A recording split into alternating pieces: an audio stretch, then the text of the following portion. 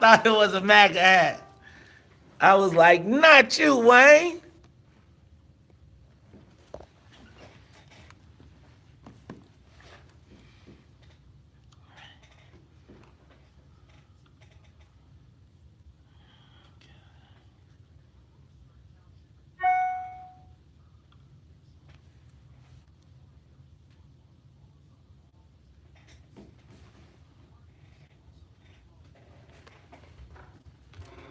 How the heck you get America great? Cause I out of come over insane here. way? Come over here and do it. Come over here. Come Huh? over here. Come over here. Come over here.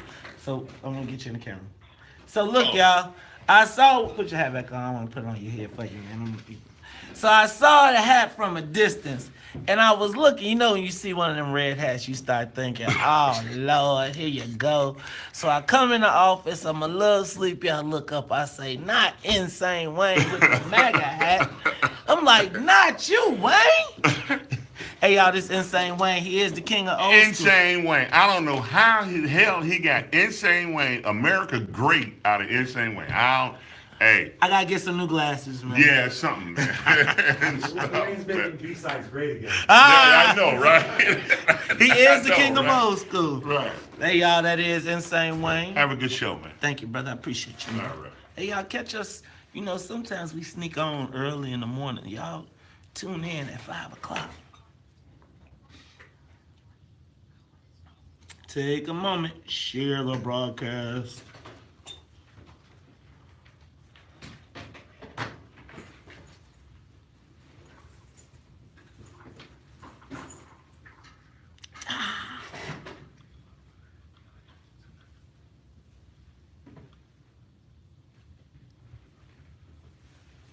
Reminisce on the love we.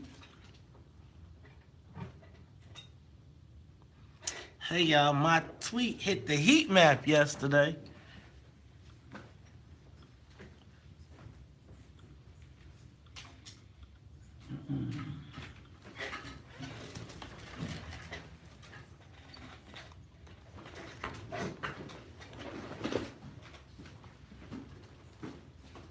Are you familiar with the movie Goodfellas? Yeah. Okay, so you know the part after he said don't buy no Cadillacs and everybody starts getting whacked? Okay. So I want to play with that in the, I think you need to listen because I want parts from that at 7 o'clock. Like this guy, like you're not supposed to say anything. You're supposed to keep your mouth shut. I need I'd some. love to see what you go to right after they whack the guy, they got him in the car, and they go and have dinner at the guy's mom's house. Right. So basically, Layla's playing in the background. what happened is this dude started talking, and the rule is you keep your mouth shut. Okay. You do the mouth. So somewhere in there. So work with Sony on that. But in that 7 o'clock when I start talking about Let me this, see what we can get going on that. all right.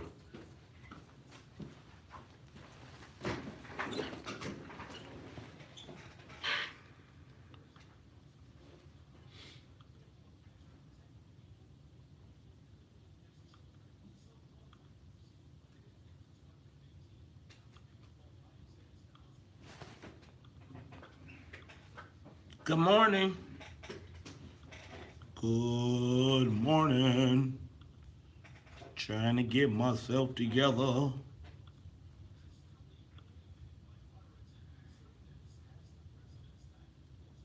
Ooh, that's a good one. Why do entrepreneurs fail at marketing their businesses?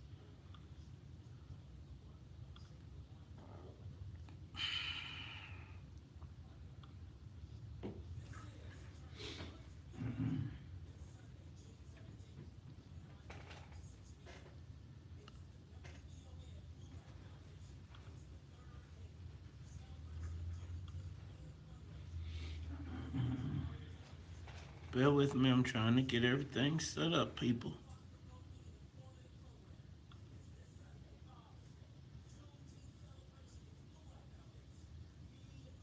Okay.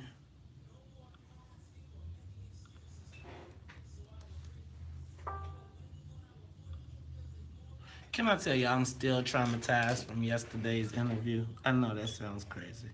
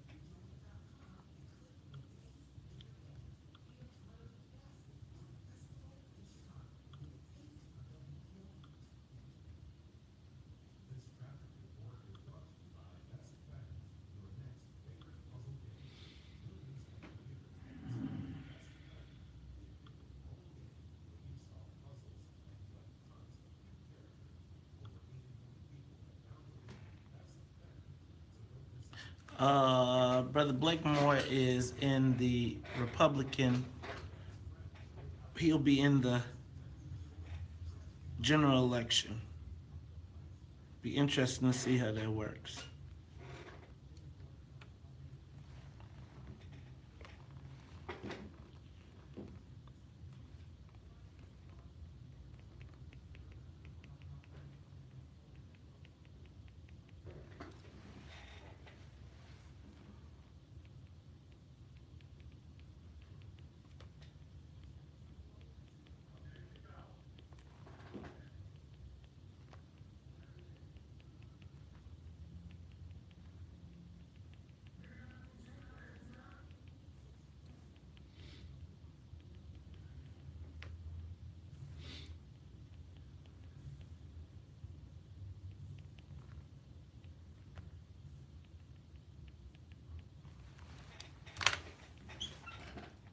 All right, y'all.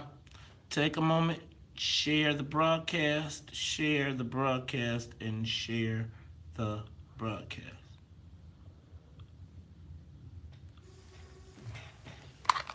It's time. Let's tweet.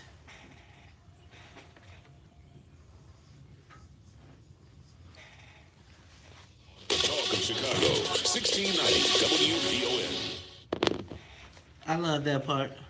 Everybody, no more sleeping in bed. No more backwards thinking, time for thinking ahead.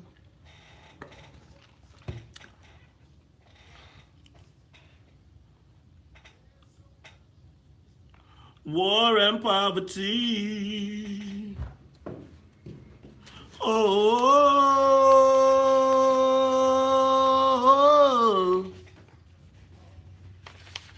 Okay.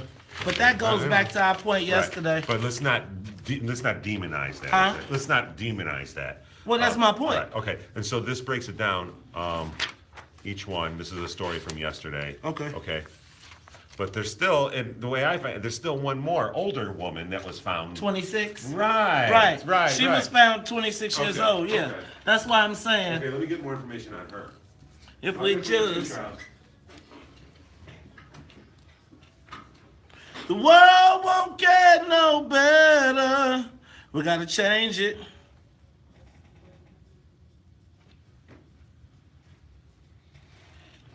Wake up, all the doctors, make the old people well. They're the ones who suffer and who catch all the hell. But they don't have so very long before their judgment day. So won't you make them happy before they pass? What's up, Wilson? What up, Nicole? What up, Erica? What up, Ian? Wake up, all the builders. Time to build a new man.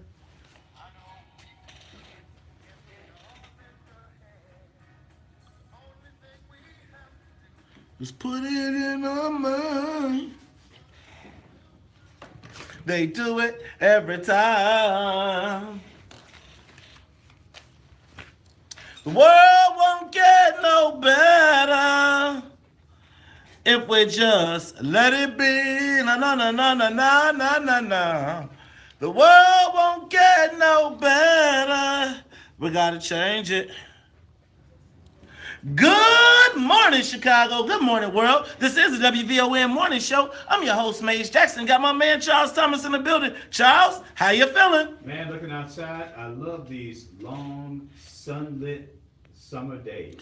Summer days drifting away. Oh well, tell me. You know what? It is beautiful out there. You know what? It is. We're right around this time of the year when I feel like it's right when you get good and loving and enjoying it, then they start snatching it back. It's the WVON Morning Show. I'm your host, Maze Jackson. Got my man Charles Thomas in the building. Hey, y'all, we cannot do the WVON Morning Show without saying what's up.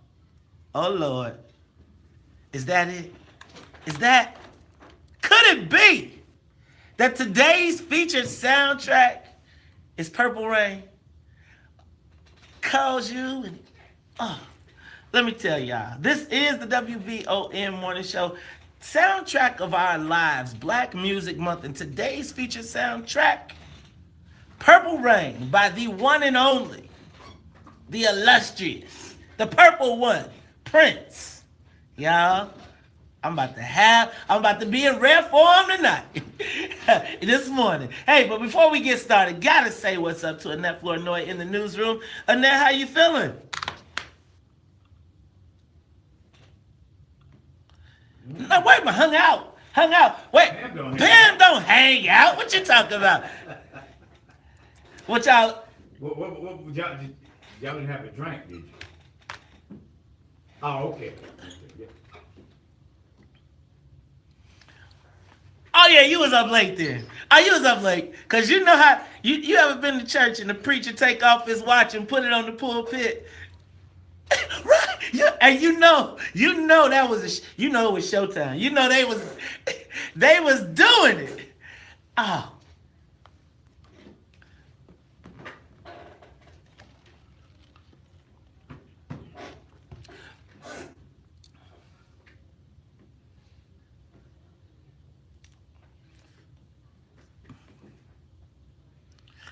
Oh.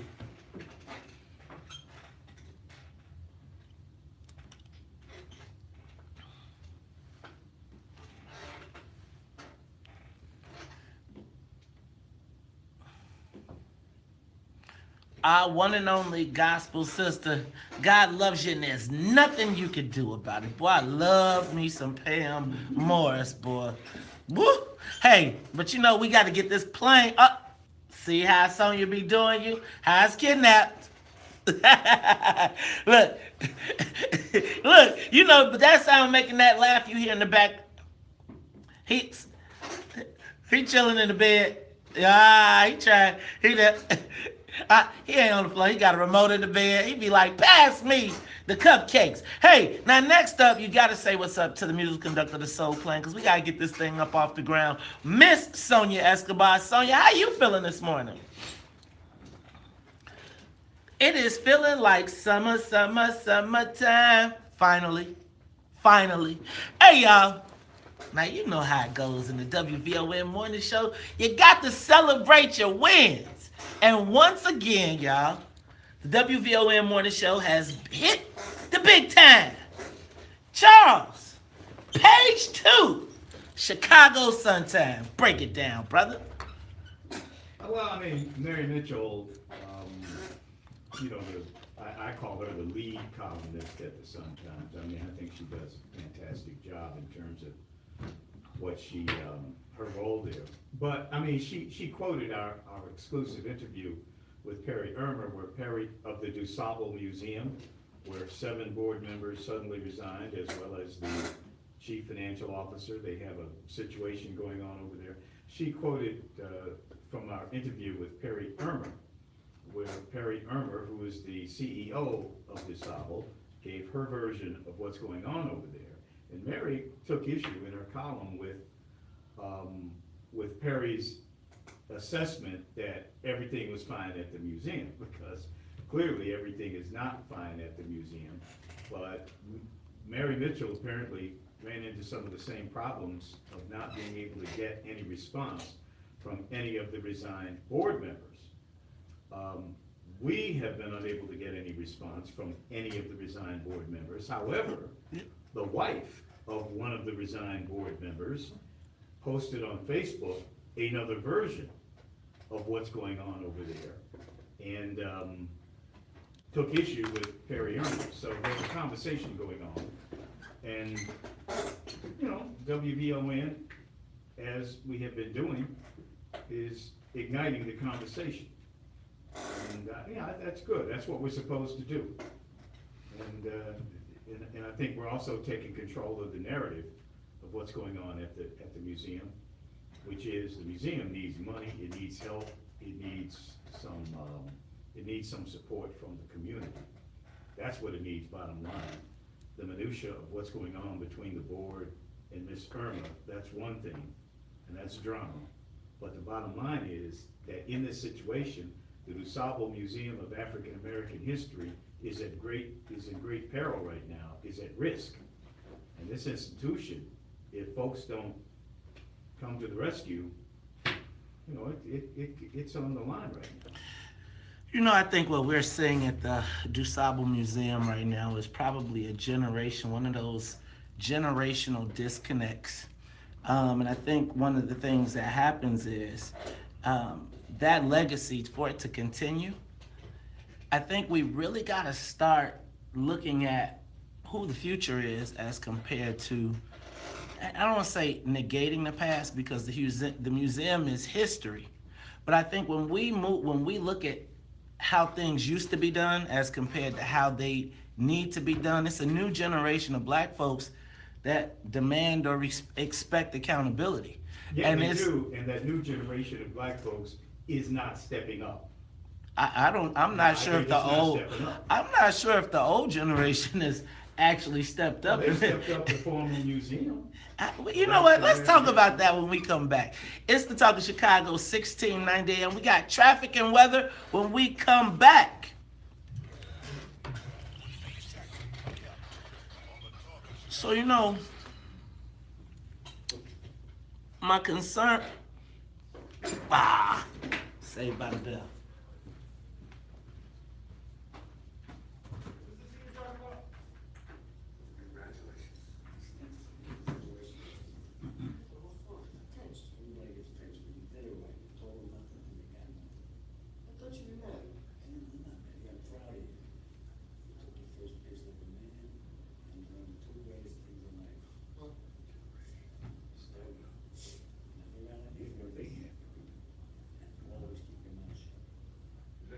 That's one. So keep that one, and then get the one after, like when people start. At least replay this.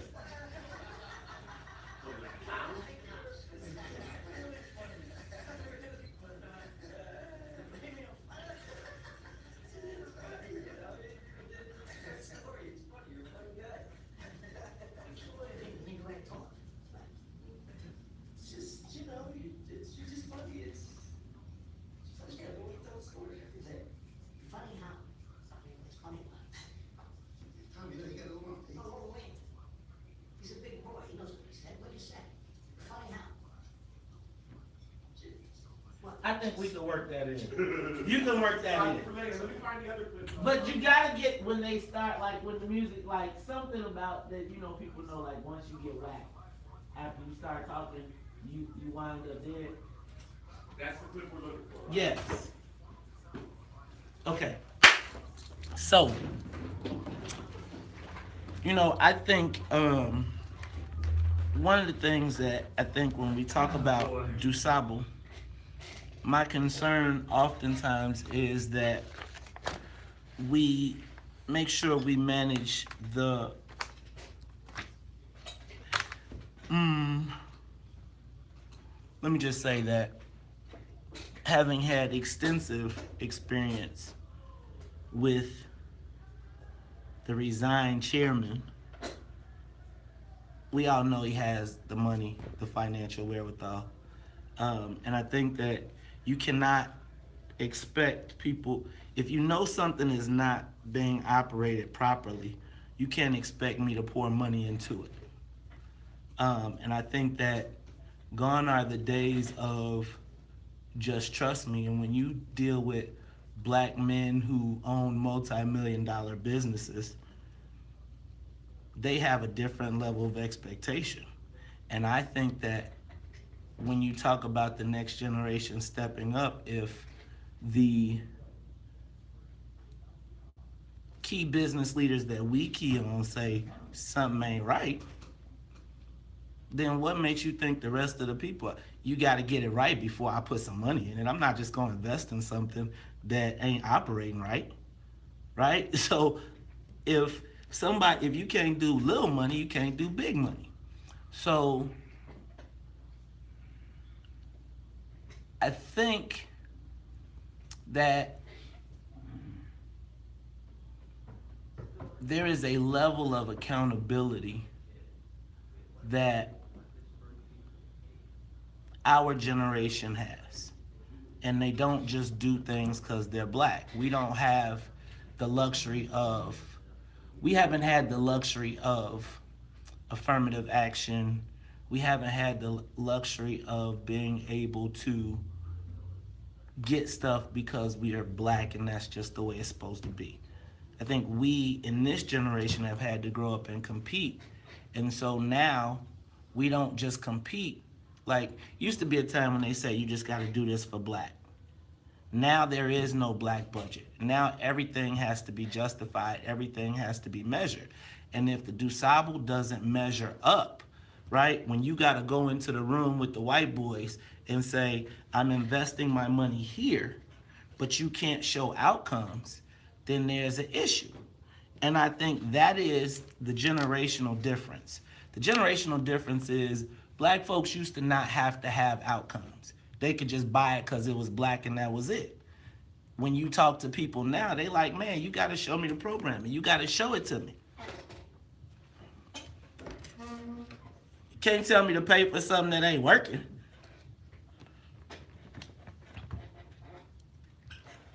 And I want to know how many of our old generation wrote $50,000, $100,000 checks. Step up.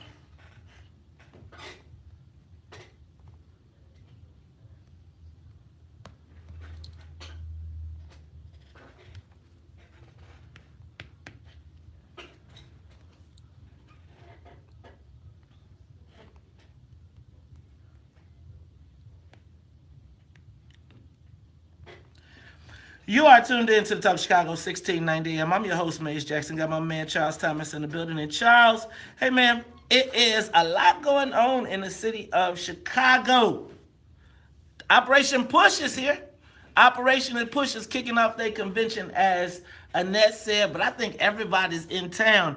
I'm looking forward. You going to the Push? Are you doing anything at the Push thing? Are you going? No, I'm not scheduled to do anything there. Man, we got to, you know what? We got to talk to the Reverend.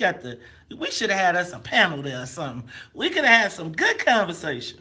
Well, I think, we still have an opportunity to have some conversations. They have a lot going on, and they're going to have a lot of people speaking. And of course, we can react, and our audience, the WVON listening audience, can react to what they see and hear from the Push Convention, Rainbow Push Convention this week. It's always a good conversation starter.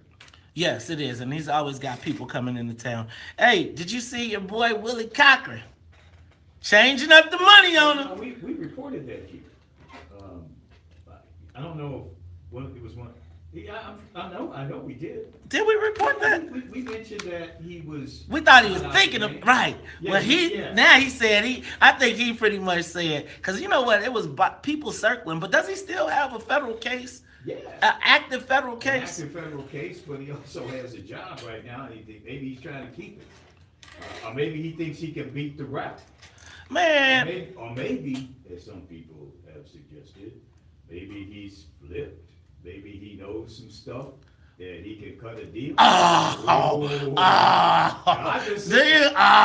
You say he got one of them special flowers? You know, it's like, hey man, can I tell you, I went to an event the other day. And I think somebody had on one of them flowers. Special flowers? Yeah, had on one of them, them lapel flowers. It doesn't squirt water. No, it just be like, could you talk a little closer? You'd be like, they keep sticking their chest out to you. They was like, what would it take for you? I was like, it would take you to take off that special flower you got to get up out my face. You know what? It's got to be real interesting being Willie Cochran walking around city council. Cause you got to kind of walk a narrow line. You think that if he comes back, they gonna assume that he's on the other side? If he comes back? He is. He's still there. He's still there. I mean, but if he suddenly wasn't anymore. No charges? No charges. I mean, yeah, he would be like, it'd be like he had the plague. Oh. Yeah, man. I don't think it'd be no sidebars in the back. Hey, now also speaking of city council, hey man, you see your boy Nick Sposato wants to pass this Lori Lightfoot rule. What's up with that, man? Now, would that mean that Lori Lightfoot wouldn't be able? No, it wouldn't affect Lori Lightfoot. It would affect the people who are post Lori Lightfoot. Well, maybe not if he did it like Pat Quinn. Because, Pat Quinn's joint is immediate, like instantaneous. The mayor is in office. Lori is not The police board. No, I thought it was like you can't. No, the thing is you can't run for 2 years after a mayoral appointment. Well, I don't know. Isn't that have something to do with the ex post facto? I don't. You know what? I don't know. You know I didn't learn Latin. I heard that in high school. Ex post facto. You can't make a law and then retroactively apply it. Oh, I didn't know what that. You know what? I think I might have said ex post facto one time. Yeah. That, but I didn't really know what it meant. I thought it made me sound intelligent. Algonquin J. Calhoun. Algonquin J. Calhoun. He was I'm sorry, no, Algonquin. Amos and Andy series. You know what? He used to always talk about the ex post facto. No, but did you know what? Speaking of that, did you see the Amos and Andy poster they made of us? The Amos and Andy what? They made an Amos and Andy poster of us. No. One of the guys on the west side. Yeah, You know the no, famous no. guy, yeah, it's Amos and And who Andy. were you, the Kingfish? I was the big black dude, and you was like the yellow guy. I was like I had the big hat on, and then it was like, and it was the Amos and Andy show every morning. Don't believe the slick advertising. I was like, well, Kingfish. Well, you just know who I am. I don't know who either one of them is. So As long as I'm not Lightning. Remember Lightning? I never saw Amos. You never saw the show? Go on YouTube and check out the show. Check out the show, Amos and Andy. The Amos and Andy Show. That's what they said. Y'all listen to the Amos and Andy Show every morning on WVON. And we was the number one. We were the number one coon show. Yeah, man. They printed posters. What? Put them on whip. Man, I'm telling you, man. We are number one everywhere, right? We is the number one. I was like, you know what? A WVON listener actually mailed it to me. Said, you all should know that you're number one again. I was like, you know what? They was like, who you? Hey, man, let me tell you what. They coming from every angle all over the place because they can't stop the power. It's the WVON Morning Show. I'm your host, Maze Jackson. That's my man, Charles Thomas, in the background. And we are talking about, hey, man, did you see your boy, Mayor Emanuel? They asked him about Pat Quinn's petition. He left it off. He laughed it off, but then he said, and I'm going to tell you two things I thought. First, he said, Amy wants to figure out how she can sign that petition. And Amy being Amy Rule, his wife. Then they said, okay, ha, you joking? He was like, no, take me for what I said. She's trying to figure out how she can sign that petition. You know, she probably like, I'm about through with these Negroes. Look, I can't go nowhere. Every time I go somewhere, somebody talk about some rhyme. You think she want to go back to D.C.? Go back to D.C. where she lives? Yeah. Don't they lived before he came back because of the wedding dress? Yeah. The wedding dress? What wedding dress? So she left the wedding dress in the house. And that's how that's what the evidence that they still live there.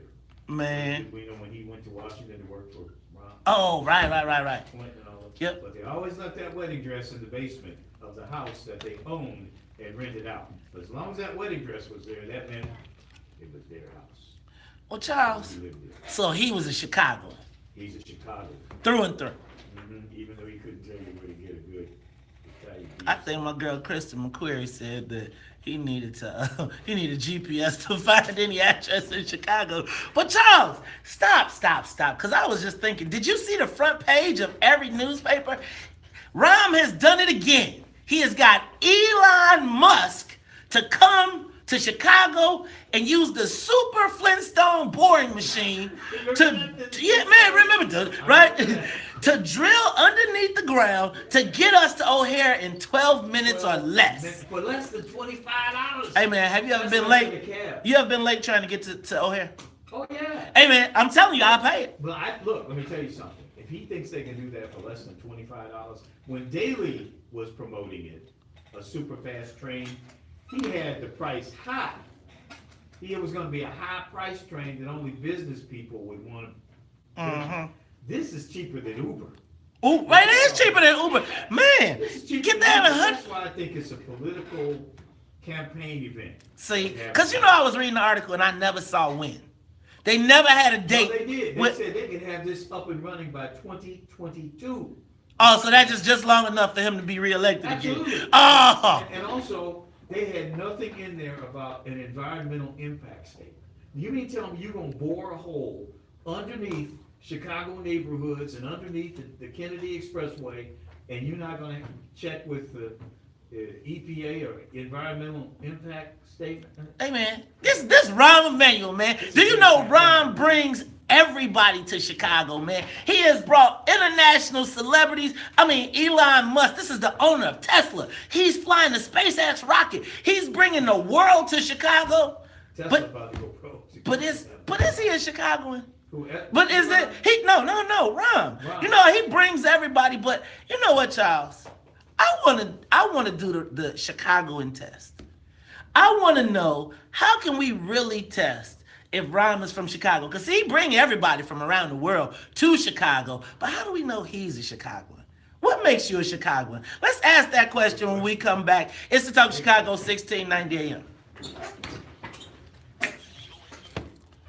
Okay, so what are the things that make you a Chicagoan, bona fide Chicagoan? So, right? Because say, for instance, I'm a Chicagoan because I was born at Woodlawn Hospital. I love Bolingbrook, but I was born in Chicago.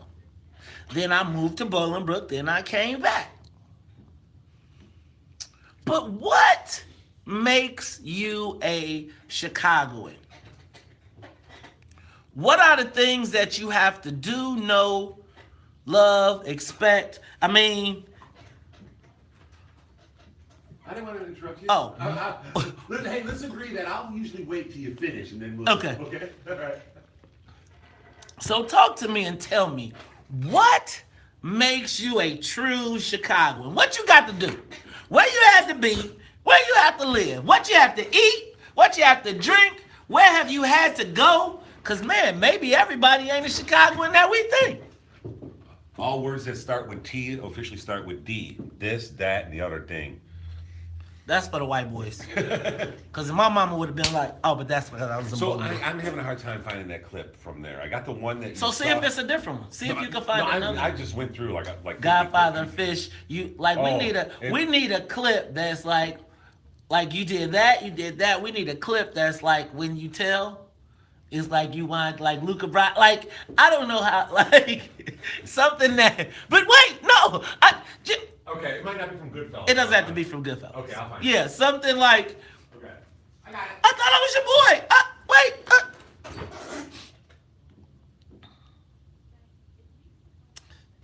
You gotta know where All Harold's Chicken. You don't know where All Harold's Chickens are located, cause they up in Wisconsin. So you don't even know that.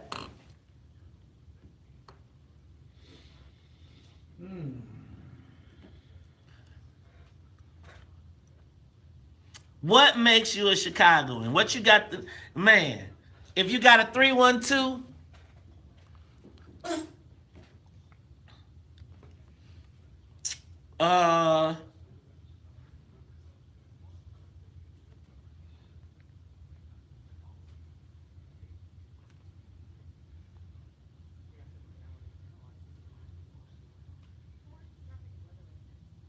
oh yeah, speaking of that, the petition real quick, and him saying his wife wants to sign it.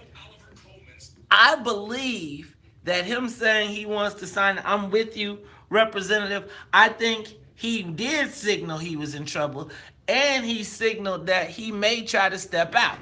Like setting himself up for my wife doesn't want me to do this again.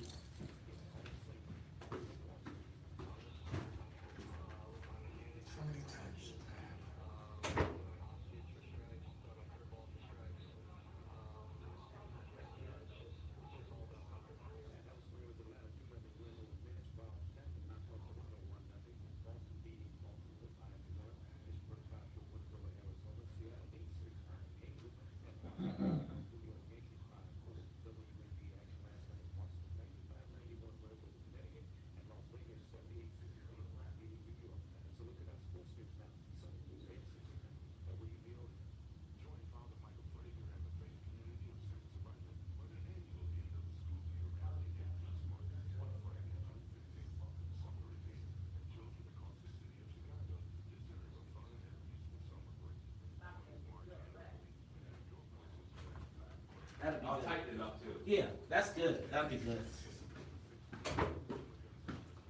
So yeah, I do. I'm back. Sorry.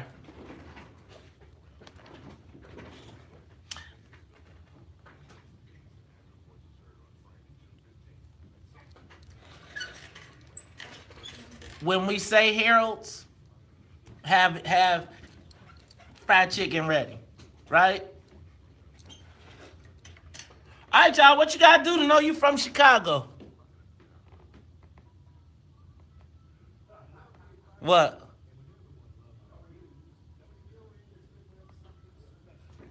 What you gotta do to know you from Chicago? What's up? Who's rocking with us this morning? Shout out Alvin E. Norton, Carol Muhammad, Felicia Gaywood. Felicia, are you coming out on Saturday? Bolingbrook, Juneteenth. Don't miss it. Taquisha Leslie Ward. What up, Melvin Griffin? What up, Kimberly Patton?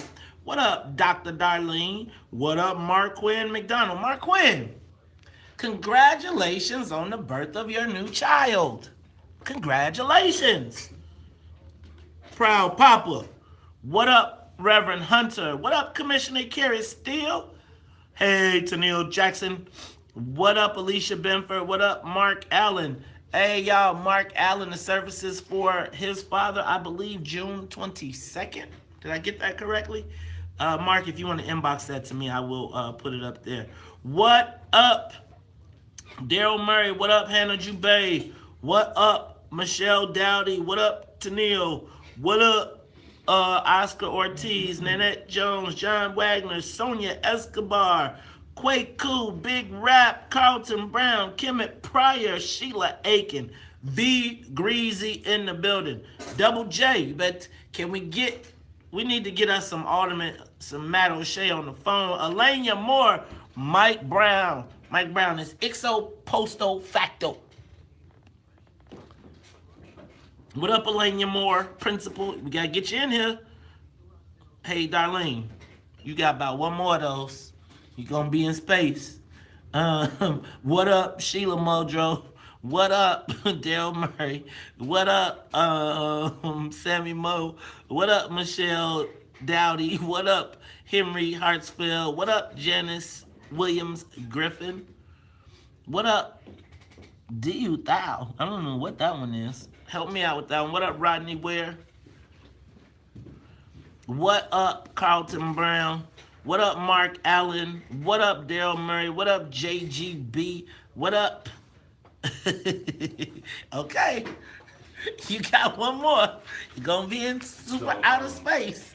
CPD denied us an interview, but they answered our questions in statement position.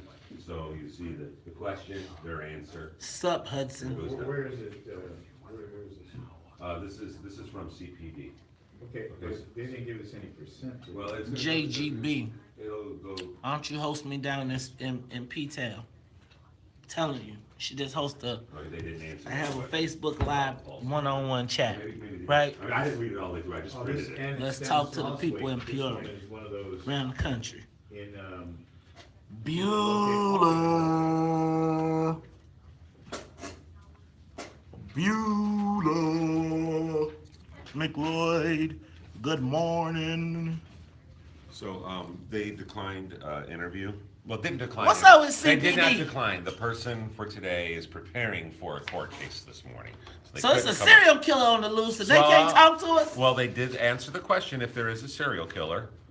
So I asked them 4 questions, and they answered the 4 questions. Okay. 1, 2, 3, and 4. However, question number 1 is only partially answered because they didn't do the percentages. Okay. Okay? CPD don't want to talk to nobody, but they send us papers. But here we go with these papers again. See how they do you? Papers. It's all right. It's the most dangerous morning show in the world.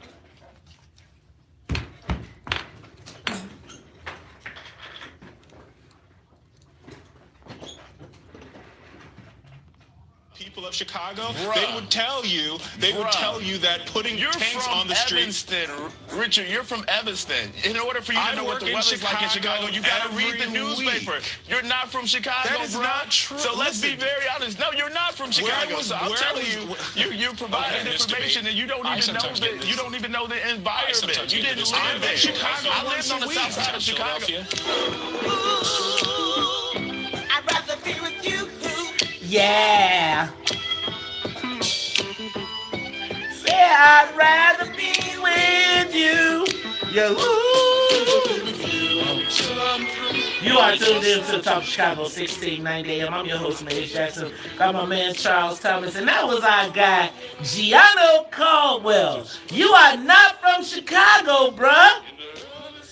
Charles, I was thinking, I woke up this morning, I see on the front page of the newspaper, Elon Musk, right? Forget the boring, but just the fact of the star power of it all. Like, Elon Musk is like this business titan, he flies rockets and all that stuff. He's a new age Howard Hughes. Yeah, see? You know what I'm saying? That's the guy in the movie, right? I think Leonardo DiCaprio fame. Right. Right. Now, Rahm has done, man, he got like McDonald's. Did you see the president of McDonald's? They got the new world headquarters. Charles, he is like a business superstar. Like, you talk like American Airlines, not American, but United Airlines got their new hub. He's bringing all this business, and he's got all these people from around the world that be like, you don't know Rahm? Like, if you talk to somebody from outside of Chicago, they be like, you don't know Rahm? Rahm is the man. But when you get to Chicago, I always wonder, like, for the regular, everyday Chicagoans, what has he done for, like, the regular guys? Like, you talk crazy about Mayor Daley, but he was like a Chicagoan. Yeah. He talked like a Chicagoan. But you knew he loved the city. Yeah. Right? Like, Rahm seems to hover above us like he's better. And then it feels like he brings all his friends from New York here and be like, look at my city. I could be with you in New York, but I'm going to open this city up for you. Charles, I'm just asking, is Rahm really a Chicagoan? And you know what? Instead of putting it on the mayor, let me ask a question. How do you know if you're a Chicagoan? And let's put the mayor through the test. So give me something give me something, because, you weren't born here. I wasn't born here, and I didn't live here for the first half of my life. But are you a Chicagoan? I think so. Right. Because I've been in most neighborhoods, and I just know a lot about Chicago, and I think it had a lot to do with what I did when I got here. But yeah, I think I believe I'm a Chicagoan. Right. Yeah. It's like, I feel like if I call you up, I say, Charles, meet me up on 63rd in Halston. Right? I know exactly. You're going to be like, you know what? I know what to bring. Right? You know what I'm saying? Yep, you just tell me to go 6300 North on whatever. Yeah. I would go there with a different mindset than I would go to 630 Halston. Right. You know what I'm saying? Yeah. So let's. Know what I'm saying? I know what you're saying, Know bro. what I'm saying? So, Chicago. Black Chicago, give us a call, 773-591-1690. Now, Rahm goes everywhere the same way, with the same entourage, right? But his security, no. Right. He got to just get in the car. He got strapped with him all the time, so he can go anywhere he wants. Chicagoans, give us a call, 773-591-1690. What does it mean to be a real Chicagoan? And this round one, Mike, you're on the top of Chicago. Yeah. Hey, I just had some general things that I think would make somebody Chicagoan, but it's kind of more, let's say, qualitative. Okay. One, I think you should have experienced at least 3 consecutive Chicago winters. You got to be in the wintertime to really understand Chicago. 3 Chicago winters. I'm with you on that. Mm-hmm. Okay. Send your kids to Chicago public schools at least 2 years. Ooh. Yeah. So you know what's going on. Okay. Rode the CTA public transit for at least 1 year. Okay. Oh. Gone to Chicago beaches a couple of years, but also you've had to at least experience the Chicago court system, meaning that you got at least one BS ticket, speed camera, red light, So you kind of really understand the full deal. Oh, Mike, based on that, Had to catch at least a ticket. hey, based on that, I'm saying your boy ain't in Chicago. Right? He got a lot of tickets. He just didn't have to pay him. Okay, but remember he said you had to put your kids in Chicago public schools at least 2 years. Done. He out. So according to Mike, he is not in Chicago. All right, y'all. Give us a call, 773-591. What does it take to be a Chicagoan? We're trying to help the mayor. I want to help the mayor out. Give him a list of things that he got to do before the next election to even be able to say he's a real Chicagoan. Michelle, you're on the Talk of Chicago, 1690 AM. What do you have to do to be a real Chicagoan? You have to go to high school in Chicago. Oh! Go back to high school. You done kicked me out. He needs to have a diploma from CVS. Then you have some credit. She said he got to go to CVS. Now, you know he can go over now, you know he'll work out an honorary diploma. You know, he'll be over. Next thing you know, we're going to be seeing Rom handing out the diplomas. He going to have on one of those honorary things with the high school. Hey, y'all, give us a call, 773-591-1690. We're trying to figure out, is the mayor a real Chicagoan? And if not, what do you have to do to be a real Chicagoan? Maybe he can become a real Chicagoan before the next election. Charles, you seem like you're thinking hard. I'm thinking hard because I'm thinking about myself. Am I a real Chicagoan? I mean, I didn't go to high school here. I didn't go to high school here either.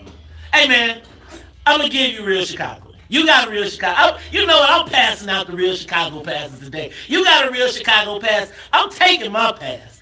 I was born in Woodlawn Hospital. Now, they knocked it down. But I was born, I grew up on 62nd and Rhodes. I thought you grew up in Bowling. Well, I started on 62nd and Rhodes. Well, that makes you a Chicagoan. 0 to 8. When they write your bio, they're born in Chicago. Yeah, see? And I went to St. Anselm's and A.O. Sexton. So I even went to CPS. You know what, y'all? It's the Talk of Chicago 1690. We'll be back. How does the mayor know if he's a real Chicagoan? Right now, he ain't passing the test, y'all. It's Talk of Chicago 1690. We'll be back. More of the morning show with Maze Jackson coming up on the. All right, y'all. How do you know you're a real Chicagoan? So,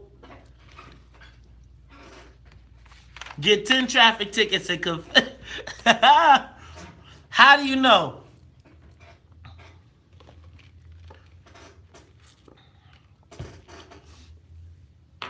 Public transportation. If you call it public transportation, not the L. A good one, I'm telling you. This is a good one. How do you know if you a real Chicagoan? What y'all got?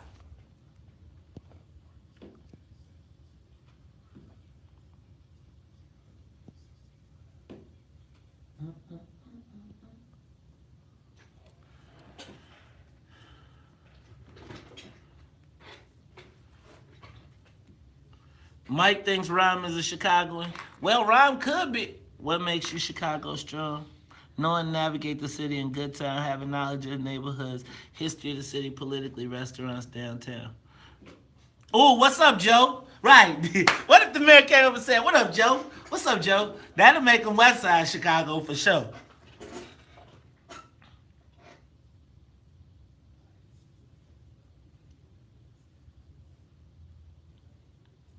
Oh, if you know the Empire Carpet phone number. That's nationwide. That's nationwide, though, y'all. You think that Empire is a Chicago company, but if you go to a different company, a different city, it's there, too. That's a good one, though. Oh, does he know the More Annoying theme song? There's a couple in here that, along that. It's not black, but it's Chicago. Okay. Okay, Charles, there's a couple of real Chicagoans, fake Chicagoans. Look, we got a working show this morning. It's cracking. Look at us. We on fire. I'm fired up. That's a good question, y'all. I like this one. Oh, if you ever had a transfer punched, let's keep that theme going throughout the rest of the show. Take the best ones.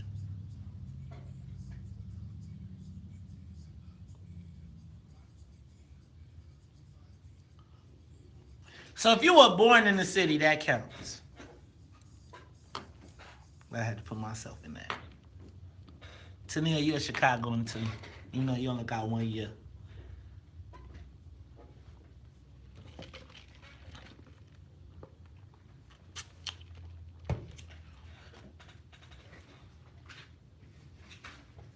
You sound crazy.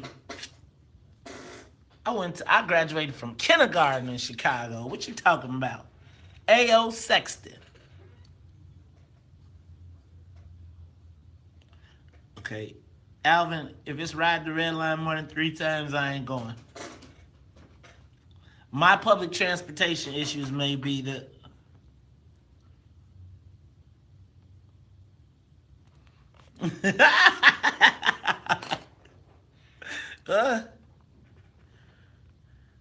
Woo, Sheila! Sheila said, now you know it. Sheila said, if you know about a Jewtown Polish sausage, you are from Chicago.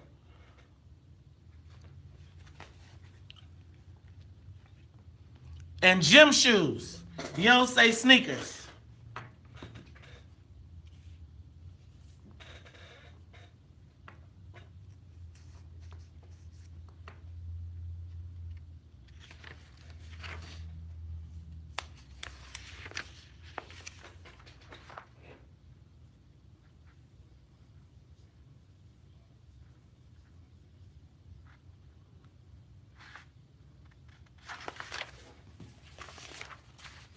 Mickey's monkey.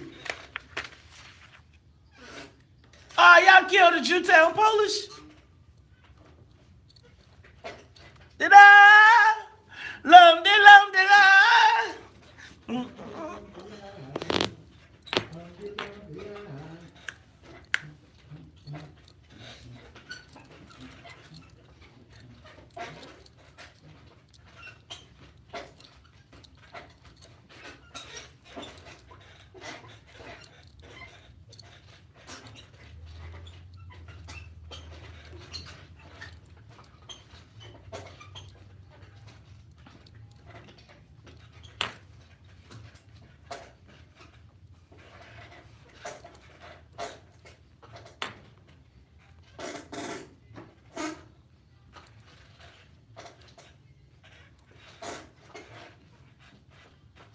You are tuned in to the Talk of Chicago 1690 AM. I'm your host, Mace Jackson. Got my man Charles Thomas in the building, y'all. And we're trying to help the mayor out, y'all. I know. We're not supposed to really be helping him. But Charles, we are trying to figure out, how does the mayor know if he's from Chicago?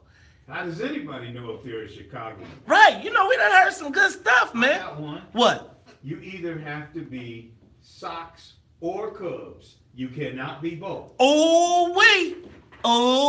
You know what?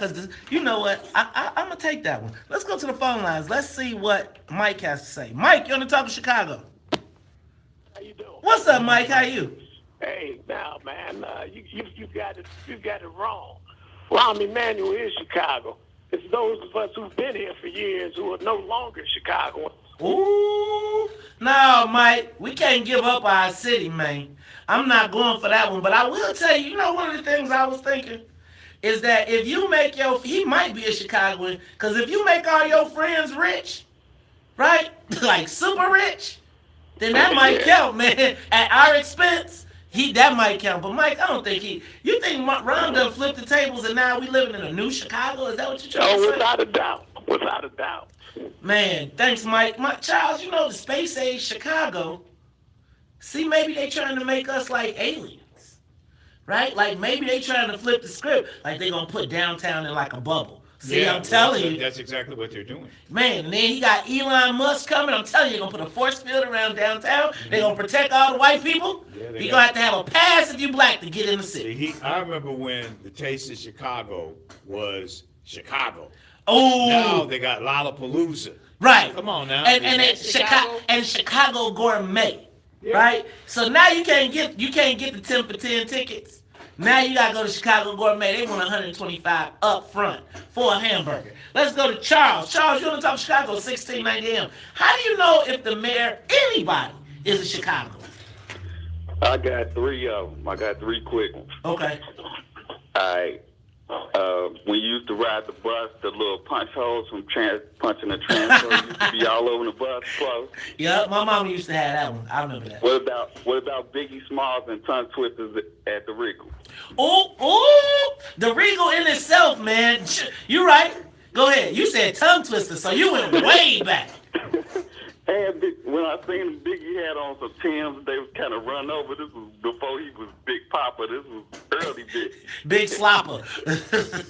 What else And you got? what about 3 lanes on the damn Ryan? You got to wait an hour just to get downtown. Oh, man, that's a good one.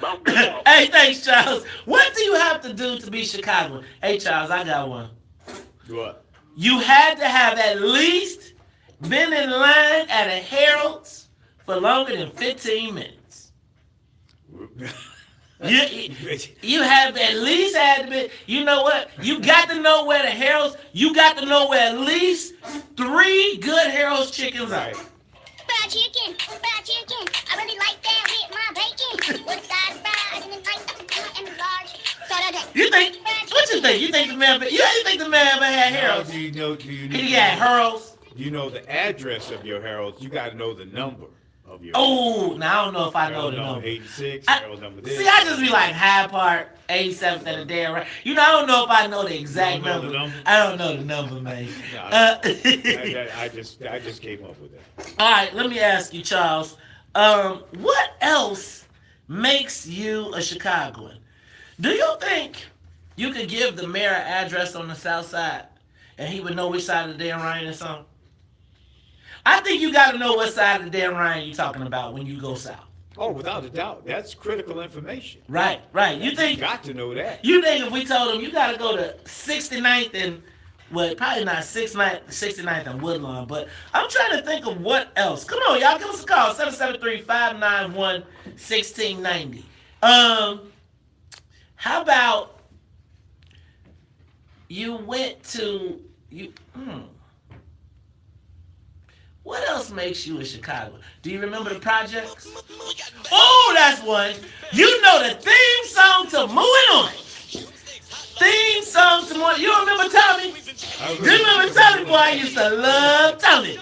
What happened? See, man, that's what, you know what? If Ron wanted to come back, let me tell you what he should do. Should call one of his guys and be like, hey, I'm telling you, open Moving back up. Could you imagine how many votes you think Ron could get if he got Moving open back up? If he got Moving open back up and he could cut the ribbon? Yep. For Moving that would be points, but I mean, he's scoring points in a different way now, like this Elon Musk thing. I mean, I guess a lot of the young, new, trendy West Loopers are really excited, man, about Elon Musk. Elon Musk is coming to town, right? I mean, they're probably really excited about that in Wrigleyville up north. Yeah, and but do they even vote, man? Let's go to this last one because I think this is a good one. William, you only talk to Chicago. What makes you a Chicagoan? How will we know if you are a Chicagoan? Ooh. Yeah, you got to eat a Jewtown Polish at least once a month, and you got to get it from offer at Jim's on 290 and Independence. You blew it. You blew it, William. You talk about some Jewtown Polish on Independence. You got to still go. There's a good Polish up there. You talking about the one right off the I know which one you talking about. That's a good one, man. But you know, it's another Jim's right down, still almost in the old space. It's yeah, not it is, but it's kind of hard to park there. You know, you got to come off that right. You know, instead of getting on Roosevelt, you just got to go down that side road. It's still on the original Maxwell Street. Let's see, Anna. How you know if you're from Chicago? Hello. Hey, Anna. Hi.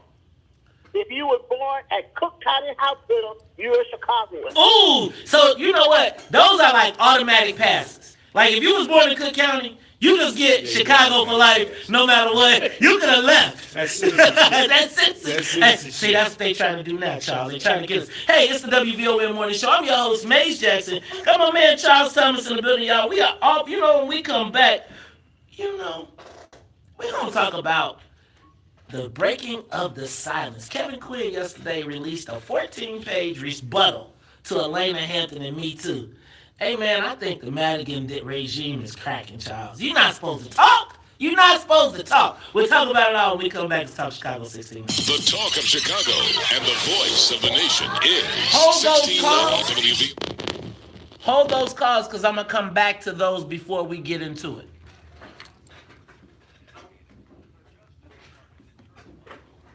Hi, Katie.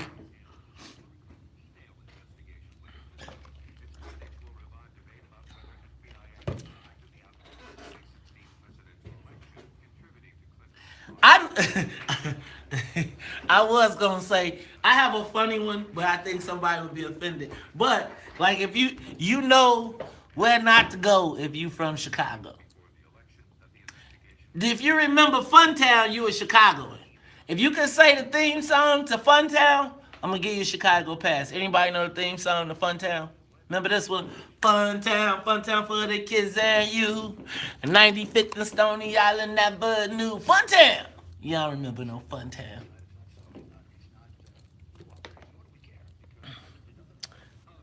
Gonna take a trip. Let's take a trip. Guys, YouTube will be back.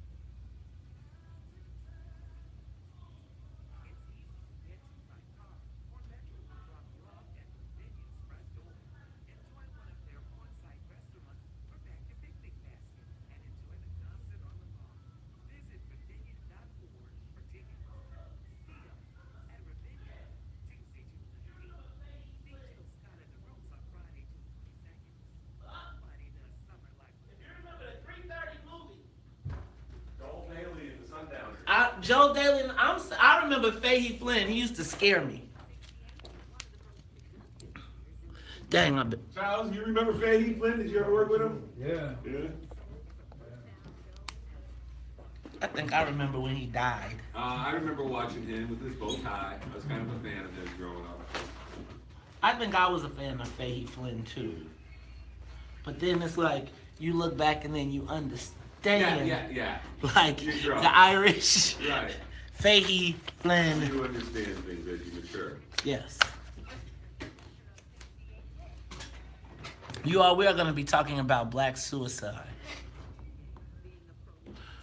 Y'all don't remember the 3:30 movie on Channel 7? Coming to Lollapalooza? Who? Black suicide? Oh, I don't know. It's Ray Rayner.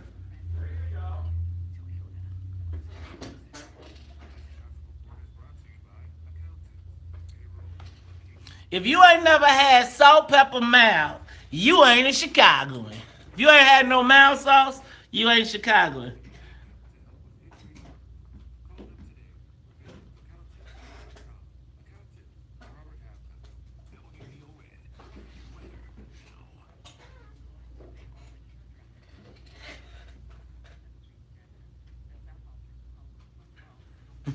Darnell said Darnell said Bozo TV show. Carrie said you got to be able to say what your hero's chicken order is. 4 wings. That's a good one. So Carrie said you got to be able to say what your hero's order is. That's a good one.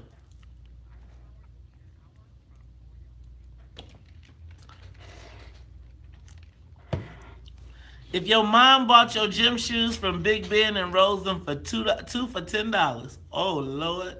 Edna Soul Food. Hey, Tomiko. Man, I don't remember the Richard Speck murders, but I do remember the tapes. Good God. Ooh, when DePaul had a good team. Remember Dallas Common G's, Ryan Strickland? Kevin, what's my man? I used to want a DePaul starter jacket.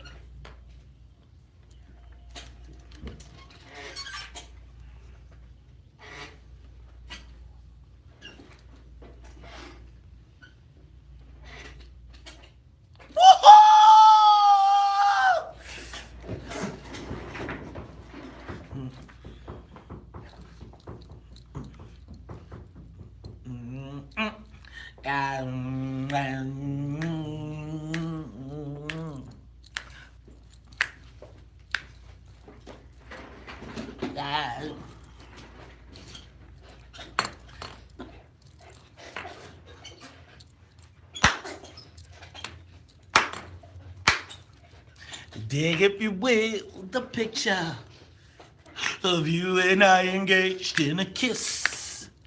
The sweat of your body covers me. Can you, my darling, can you picture this? In the courtyard, oceans of violets in bloom. Animals strike curious poses. They feel the heat between me and you. Leave me standing alone in a world that's so cold. Maybe I'm just too demanding. Maybe I'm just like my father, too bold. Maybe I'm just like my mother. She never saddest, she never saddest. Why do we scream at each other? This is what it sounds like when doves cry. You are tuned into the Talk of Chicago 1690 AM. Charles, this is the soundtrack of our lives. And you know, Purple Rain got a special place in my heart. I tell you, I got all my game, or lack thereof, from Purple Rain. I think people thought they thought I was schizophrenic, right? Because I would be trying to be Prince and Morris Day in the same, so I try to be quiet and stare, and they'd be like, baby, do fries go with that shake? I'm telling you, man, this movie, I remember sneaking and seeing this movie, Charles. You know how your parents let you go to the movie and you're supposed to go see Disney? And we all was like, and when she went to Lake Minnetonka, Lord have mercy. Wait a minute. Who was the Apollonia. Apollonia. Remember Apollonia? Man, remember you know, Apollonia. Prince used to keep them, boy. Used to stack them up. Hey, this is the WVON morning show. It's the soundtrack of our lives. That is When Doves Cry from the movie Purple Rain. Charles, we trying to help the mayor out. Maybe. Help him off. out, literally. But the question I got to know before we go, we're going to move on. What makes you a Chicagoan? Now, I got a great text from my lovely wife, Commissioner Carrie Steele. You know what she said? She said, you got to know your hero's order off bat. When somebody say, what's your hero's order? You got to say, salt. I want 4 wings, salt, pepper, mild. Fried hard, salt, pepper, mild. All right, I'm going to take one more of these and then we're going to move on. Gene, you're on the top of Chicago. How do you know if you're a real Chicagoan? Since you're ending this. First one, if you don't know Funtown, you're not from Chicago. Hold on, I got this one. Funtown for the kids and you. 95th and Stony Island never knew. Funtown. I used to hear that every time and be like, Mama, take me to Funtown. They were like, next weekend. Go ahead, I got that one. Second one, if you're from the South Side, you remember that 63rd Street used to stop at Stony Island. The 63rd Street train used to stop at Stony Island. I remember that. I remember them tearing it down. Didn't Bishop Brazier do that? I don't know who did it. Yeah, I'm not sure about that. Okay, last one. And the third one, Goldblatt Ventures there and the Woolworths, and not only the Woolworths, but the Woolworths downtown that had that sit-in diner. Oh, yep. They had the ice cream shop. I remember that. All right, so Gene, those were good ones. Hey man, it's the WVON morning show. Charles, I'm not sure that based on these questions, I'm just not sure yet if the mayor has made his Chicago smell test. I don't think he ever really has. I mean, I think it has more to do with how he's handled schools and crime. He just can't seem to get his arms around those two issues. Whereas this whole downtown business thing, I mean, I think he's done a brilliant job in terms of developing South Loop, West Loop, downtown, North Side. He has done a tremendous job up there, and that's where his wheelhouse should be.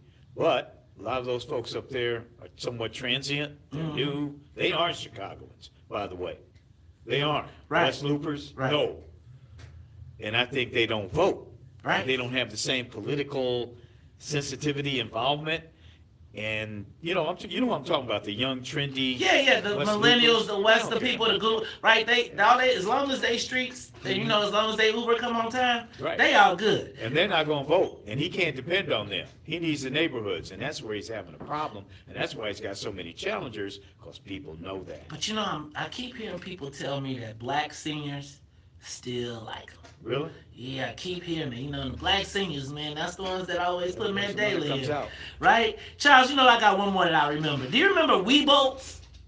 Does anybody remember Weeboats with the green and white bag? I remember I used to come home with a Weeboats bag. I used to be excited. No, You remember Weeboats? No, I don't remember Weeboats. Remember in Carson's when they used to have an ice cream shop? And it was, hey man, I'm telling you. Well, you know what? I think that's my mom. That might just be a Mace Jackson memory. I don't know if anybody remembers Weeboats. All right, Charles.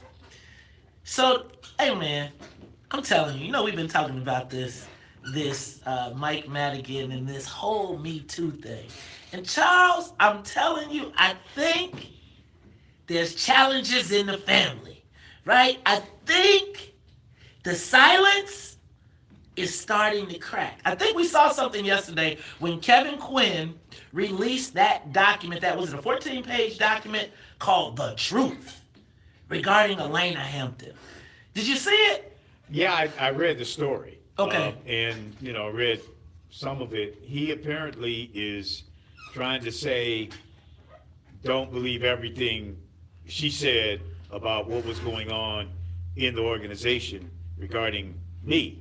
And what is that? And that she's got some issues herself. All it did was give the issue raise the issue back to the surface. And I'm sure that the boss did not like that. That's my point. So in the game, right, and we talk about how the Madigan organization is run, the rules are you don't speak. The boss tells you when to speak. The boss gives you the lawyer, and the boss tells the lawyer what to say. But it seems like there's cracks in the armor. And Charles, Seems like they threw him under the bus, or that he feels thrown under the bus, and they aren't taking care of him. They didn't exile him and take care of him. exactly. They threw him under the bus. And so I'm worried, I'm not worried, but I'm wondering what signal that sends to everybody else. See, here's the thing, Charles. Part of the Madigan mystique was you were protected, right? You take care of the family. You keep your mouth shut. And if you keep your mouth shut, then the family always takes care of you. But Charles, it seems like there may be some chinks in the family. And now, I'm wondering if Kevin, after speaking out, not following the family rules, what's next? I don't know, man. They might take him on a ride, and he got to make sure that Fat Clemenza is not in the back seat. Right, or Luca Brasi. Yeah. Charles, we are going to talk about this because, yesterday we saw something that we very rarely ever seen from the Madigan crew. A break in discipline. And usually, there's the utmost of silence. You don't hear from anybody. We haven't heard from Kevin Quinn, but I was reading yesterday on Capital Facts, right? They were saying that this guy made a comment that he's had nothing but 6 months to stew and just be mad about the fact that he was unceremoniously cast aside by the family.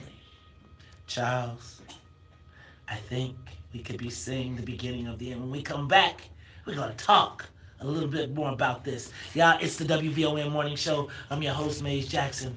Charles Thomas. We'll continue the family secrets. The political family secrets when we come back.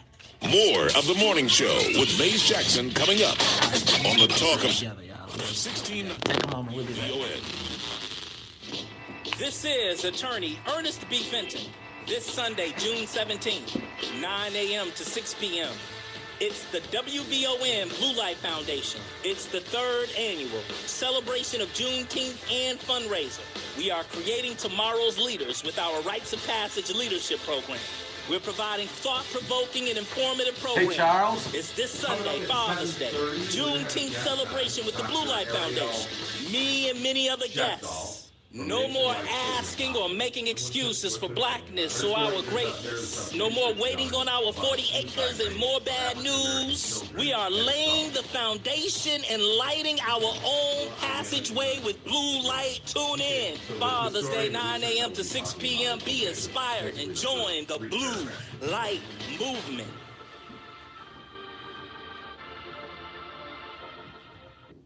WVON welcomes Eric Smith, Regional President of Fifth Third Bank, with this healthy, wealthy, and wise financial tip. Did you know that when it comes to getting the right mortgage, there's a lot to think about, and making the wrong decision could be very costly. When you're ready, Fifth Third Bank can help explain everything you need to know and help you find the right solution for your financial situation.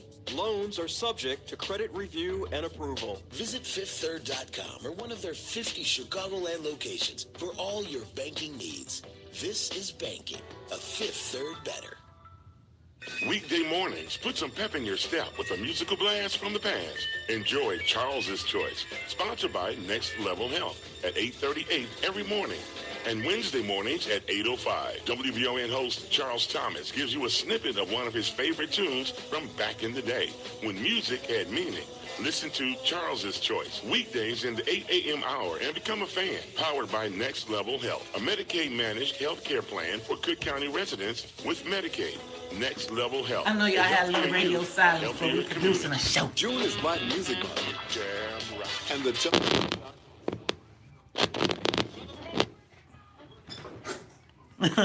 y'all want to call the wrong father? Right, you had to have been in the butt Bud Billiken Parade. You had to at least work the Bud Billiken Parade and had to wait an extra 2 hours to get started.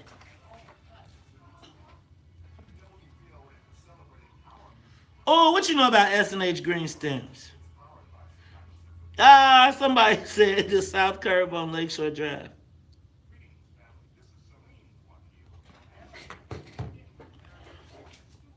All right. What up, Daryl Murray? Damn, Daryl, I wasn't born in 1969, bro. I remember the blizzard of 79. What's up, Antonio? What up, Reese Mo? What up, Carlton? What up, James Williams? What up, Sheila Modro? What up, Theo Wilson? What up, Salim Wakil? Marshall Fields is gone. Yeah, if you remember Marshall Fields. Walter Palmer, what's up? What up, Joe Soul? Denise Russell, Daryl Murray, Jenya Harley. Oh, the Magic Kiss sign. God, the Magic Kiss sign. That's when I knew I was always almost at my grandmama's. What up, Alonzo Eccles? What up, Sheila Muldrow Kellogg? What up, Helene Walsh? Helene Walsh. Everybody knows Empire because it's national. 580-2300. Empire.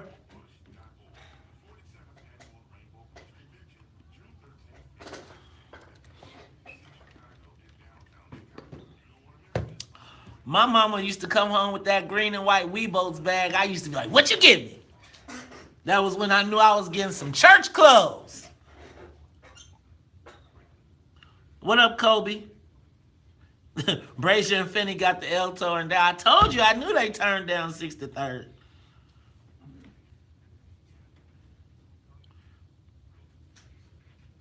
What up, WJ? What up, Carlton? Hey, y'all going hip-hop camping? We need to get Brian on about the hip-hop camping trip.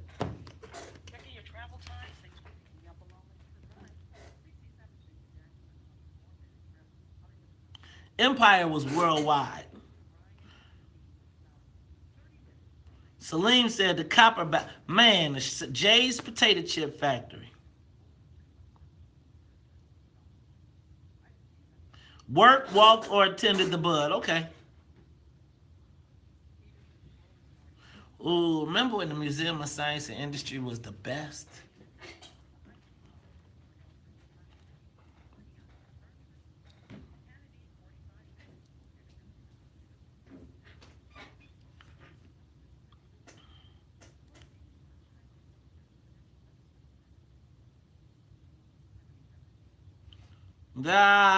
You back again? Now you back to watching me on YouTube. You just couldn't stay away, could you? You just couldn't. You just couldn't.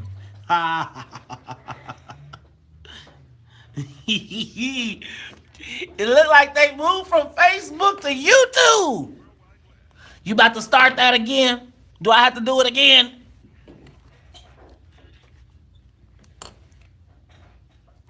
Hey, can't help yourself. You love watching though. I told you about yourself. Back in the game, you can't escape it. Call it cornball, call what you want. You gotta keep watching because you can't help yourself. I hope it ain't what I said it was about though.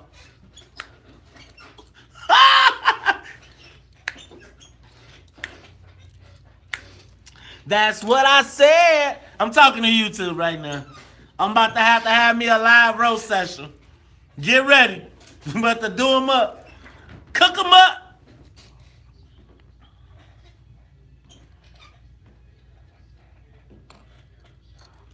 You stare. You are tuned in to the Talk of Chicago 1690 AM. I'm your host, Maze Jackson. Got my man Charles Thomas. And Charles, I'm telling you, man, the family secrets. Go ahead, man. Okay. Now, I think we got to temper your theory somewhat because yesterday the federal court began hearing evidence in Ms. Hampton's complaint. Yeah, we got some going on in the background here. Musical conductor. But anyway, they did begin the hearings in her case. right? Right. Ms. Hampton's case against the Madigan organization. Right.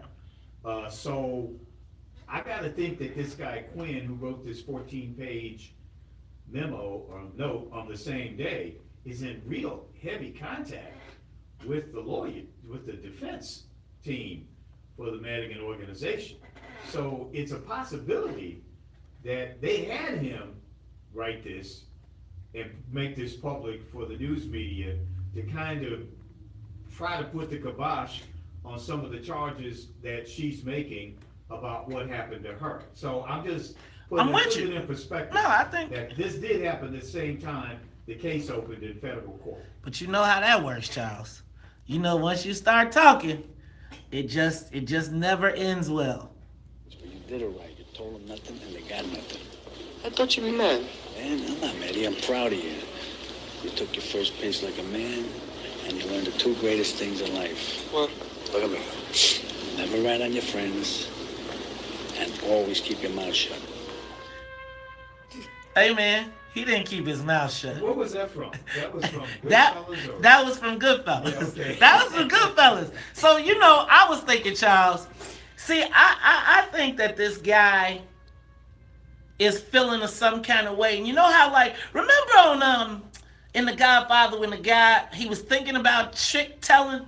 Remember, I think it was Godfather 2, and the guy, he was talking like this, and he said, Michael did it, and Michael ordered me to kill him. And then they brought his brother to the courtroom, and he got quiet. Right. And then the next thing you know, he was in the bathtub, right? But right. But his brother did. When he saw his brother, he said, "Oh my God." And whose brother? I don't know nothing. And think about this: Kevin Quinn's brother is sitting in the background next to the speaker, and so the speaker's got his brother sitting in the back. And Charles, remember how that worked out? If ever I had any money, I'd give you. I never had any money, but if ever I had $100 in my pocket, I give you 50, right? Yeah, you did. If you're a rat.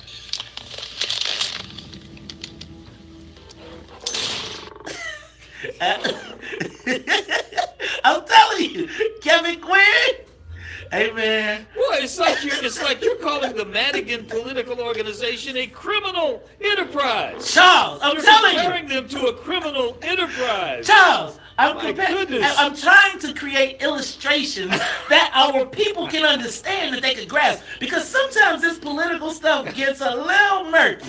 So sometimes you gotta just frame it so that they can understand. Yeah. You know, it's like when we say, do it to the coloreds.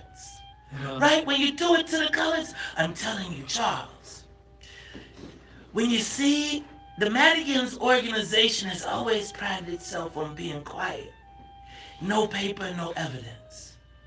Kevin wrote the papers, and now they're in the news. Charles, this is a story that we've got to follow, that we've got to watch. Yeah. It is Chicago's first. Yeah, they don't. Family secrets in politics. Family secrets in politics. The political family. You know what? We might make this a series. And the Don, you can't put the Don at risk. You can't put the Don at risk. So. But the Don's got buffers, right? He's got buffers. But his buffers are getting taken. Tim Mapes down. His buffers are gone. Right. And so now, Charles, we've got to start thinking about the future. So maybe we need to call the Ramfather, because his allies are slowly but surely being peeled apart. Charles, this is the WVON Morning Show, better known as this edition of Political Family Secrets. It's the talk of Chicago, 1690 AM. And if you don't like it, what about the future of our children? It's the talk of Chicago. We'll be back.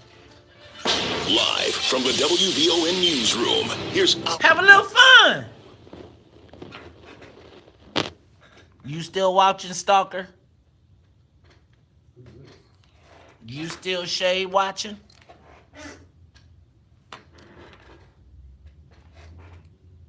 Gotta watch you, man. Sometimes you probably don't know what you're watching. Careful. Hey, y'all, take a moment to share the broadcast. It's WVON Morning Show. Look, you said call him. Reese Mo said call him up. Just call him. Call him up. Now tell me y'all didn't have no fun with that. Was that fun? See? Hey, man, I know. Man, I know, y'all. It's just like, I feel like this is an opportunity for me to get my creativity out.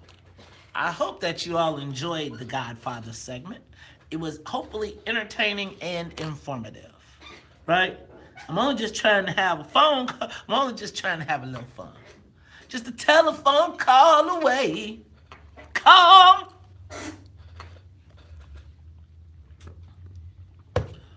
Man, if you watch The Irish Mob on Netflix, you will understand what I'm talking about. What I'm talking about.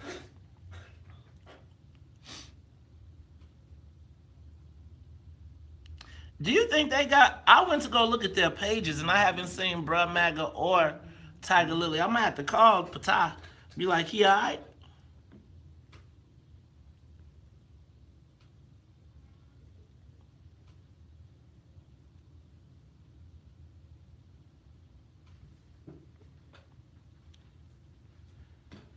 Texted him. I think Rico should have been applied. Okay, Vernon and Reese Mo teaming up. Watch that. That's our doctor coming up.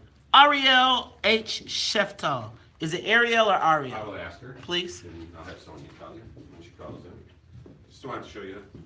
I knew. I figured that though when I saw the face with the name. Yep.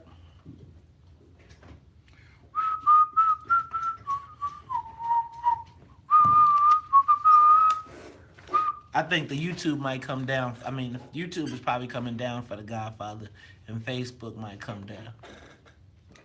Man, Pinky Blinders is too hard to... Jesus Christ, the dialect.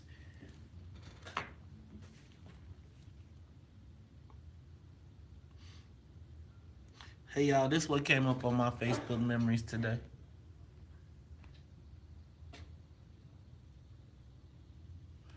My sister said, don't mess with the trolls, let them just die. So I'm going to let the trolls die.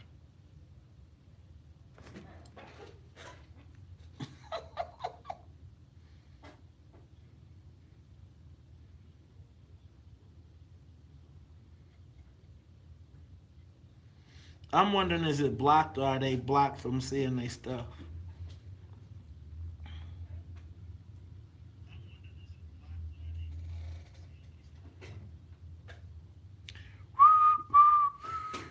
Okay, it's only 39 shares. Share the broadcast. Share the broadcast.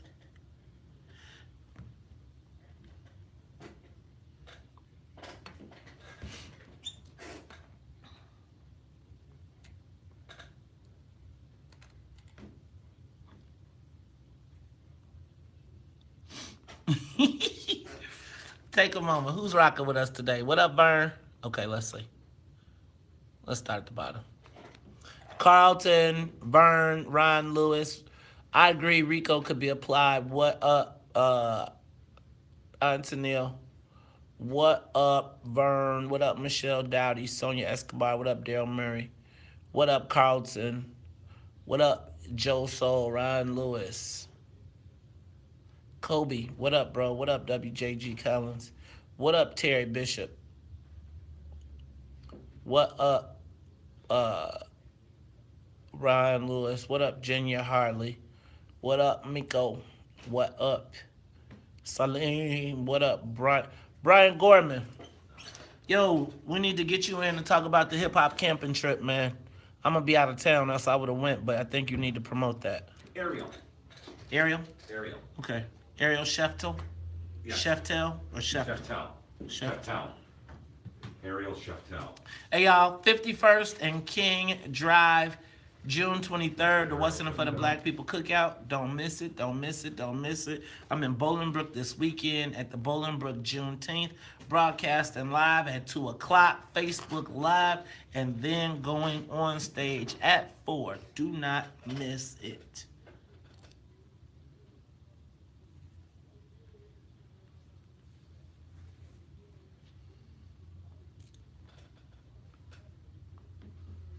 Oh yeah, pack your chairs and coolers for Bolingbrook Juneteenth. Pack your chairs and coolers all weekend, man.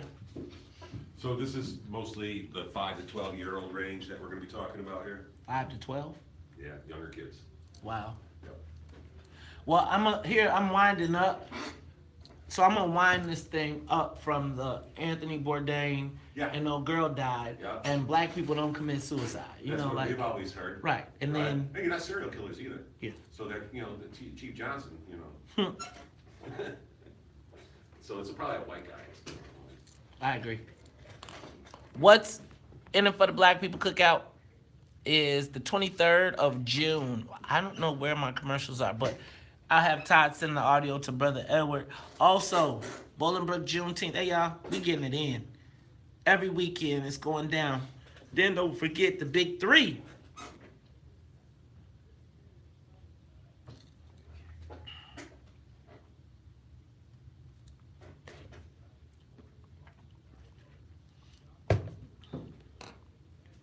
Carlton, Pinky Blinders is good, like, to see the killing, but it's hard to watch. Can I tell y'all I'm still traumatized from yesterday?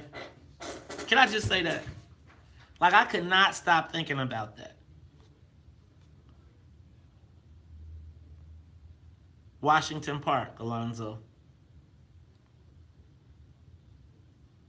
Ooh, I went to the Rose.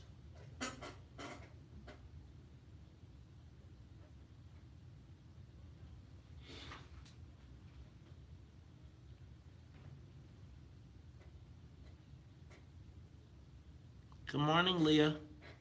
We'll talk today.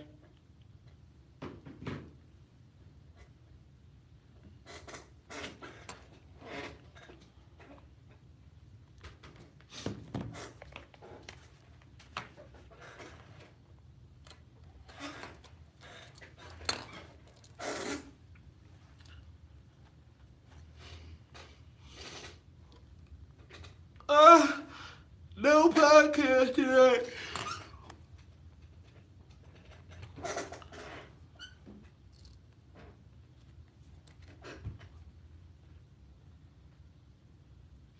Where's the Black Guns Matter seminar? Bring me some guns and come here tomorrow to talk about it. Can I get some 761st to come secure our spot in Bolingbrook?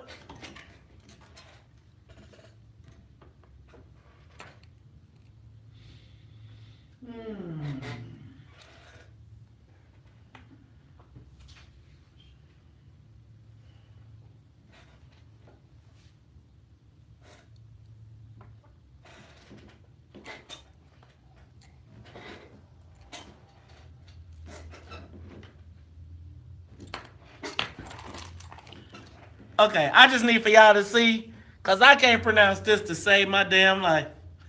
What the hell? This is the name of the song. How the hell I'm supposed to pronounce that? You are tuned in to the Talk of Chicago, 1690 AM.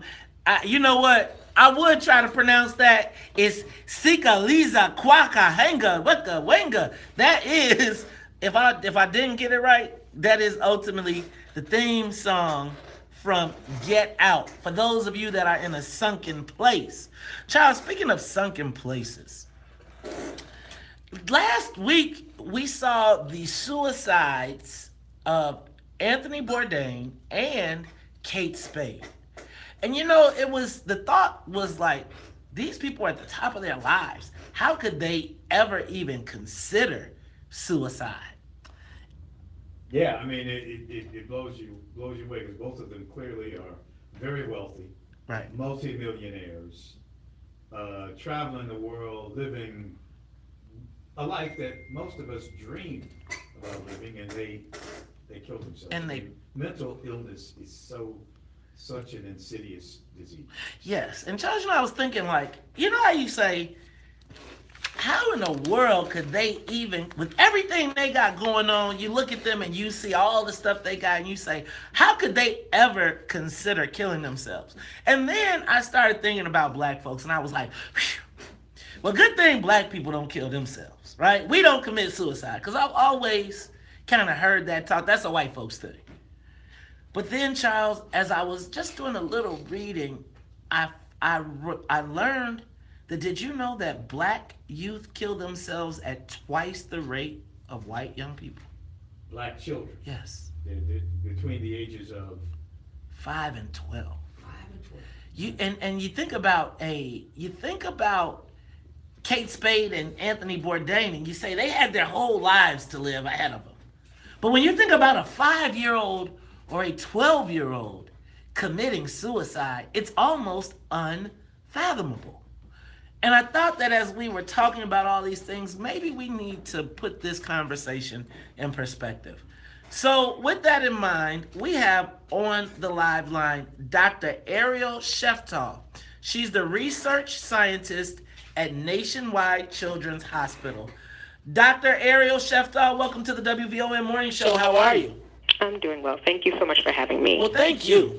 Charles, let's start this conversation. Dr. Sheftal, I was always taught that black folks don't commit suicide, much less kids. Where do we get this myth, or where do we go wrong? Well, first and foremost, I would like to say that suicide affects every race, every sex, every gender, every ethnicity. It is a us thing versus a you or them thing. And no matter if it's something that occurs more frequently in one race versus the other, it still can affect everyone that is involved. The reason why I think we believe that suicide does not affect black individuals more frequently is because the rates in white individuals is a lot higher than black individuals. So I think that has unfortunately led to this myth that suicide does not occur in the black community. So, but now talk to me about this suicide issue with young people, ages 5 to 12. How is that even, how does a 5 to 12-year-old even consider suicide? How does that even become an option? Yeah. Well, as you guys indicated, mental health is a major concern. And unfortunately, individuals that struggle with mental health are at a higher likelihood of having suicidal thoughts and suicidal behavior. And what we've noticed is that individuals, like children at 5, as young as 5, do understand what suicide is and are able to understand that suicide does lead to death, potentially. And they understand this concept. So, like you had indicated, black children, 5 to 12 years old, are 2 times more likely to die by suicide than white youth that same age. And that's what we found in our study. Ms. Sheftal, this is Charles Thomas, the co-host here. Yes. I tell you, when I start hearing these epidemiological, is that the right word? Yes, sir. Studies and whatnot. What if a kid is half white, has a white parent, a white mother, and a black father? That child commits suicide. Black people have to wear the jacket. Come on. These studies that when they say black people have the higher rate of whatever, I always have to wonder about that, because there's so many mixed race people, and why don't those white folks' genes, how come they don't have to wear the jacket for the disease as much as we do? Because the one drop theory seems to be directing a lot of these studies, or some is buried in these studies somewhere. Yeah, and I think, unfortunately, like you stated, there's a larger proportion of individuals that classify themselves as biracial or multiracial. For this study specifically, we used the CDC's data, and the way that they classify black is, how they deem to be But don't they use the one-drop theory when they make these studies? To be honest, I'm not sure. To be quite honest, we unfortunately, let me look real quick to see what they indicate for black. So Charles, help me understand, because I'm just a little confused on the question. So help me understand. Okay, I'll help you understand. Yeah. I mean, if you have a white mother from Lithuania, a black father who's black, from Nigeria, they have the child commits suicide. That's a black suicide. That's not a white or Lithuanian suicide. It's a black suicide. In other words, they do that when they talk about cancers, when they talk about other diseases. If you're black, your mixed genes, you get the black part. You don't get the white. The white folks didn't do it to you. Your blackness is what caused it. So I guess my question, and I want to get to the bottom of that, and then what I want to know is, how do we deal with these issues of, like, are there issues that are impacting 5 to 12-year-olds in our community that we need to be addressing? But I want to get to your question. I want to understand what's going on. Well, but I think she said it earlier, mental illness is a problem. Got it. Yes, it is. And I think also, when the CDC collects this data, they are determining race by how that individual identifies themselves. So if that individual identifies themselves as biracial or multiracial, that is classified as other. When you go to their actual website, you can actually see, like, when they break down race, it's white, black, American Indian, Alaska Native, Asian, Pacific Islander, and other. And then in parentheses, they have combined. So my assumption is that biracial children would be in that other category as long as that guardian or parent identifies that child as such. And you can look at statistics on that other category. And then to address the other issue about, are there certain factors that could be affecting children in the black community versus other racial communities, we don't know, to be quite honest. And that's what we are lacking, to be quite honest. Why is it that black children, 5 to 12 years old, are dying at 2 times higher than white children? Let me stop you right there, Doc. We got to go to traffic and weather, but when we come back, we'll continue this conversation. And let's talk about, when we also come back, the factors that impact. And since we brought this up, what are there racial dynamics that play into suicide eventually? Let's talk about it all when we come back to Talk Chicago 1698. More of the morning show with Maze Jackson.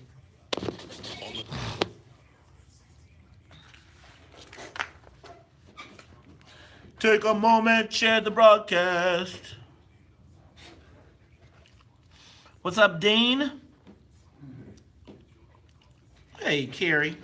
Commissioner, beautiful, lovely wife, Alonzo Eccles, Kevin C. Russell.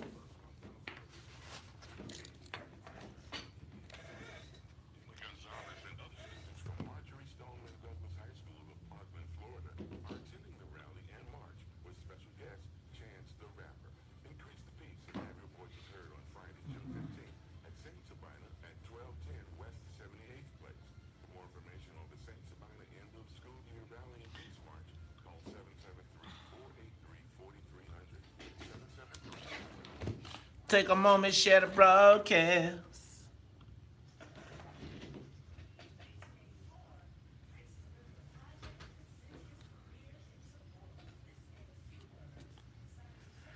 What's up, Celine? The concept ensured that the progeny of industrialized rape of black women could be properly exploited. I get that part. Commercial. So, does it mean that we're more mentally ill, less than? Are we getting the mental illness of the other folks? I don't know what. I guess I'm confused as to the role that. I'm confused as the role of whether they're mixed or not. Like, if you are self-identified as black,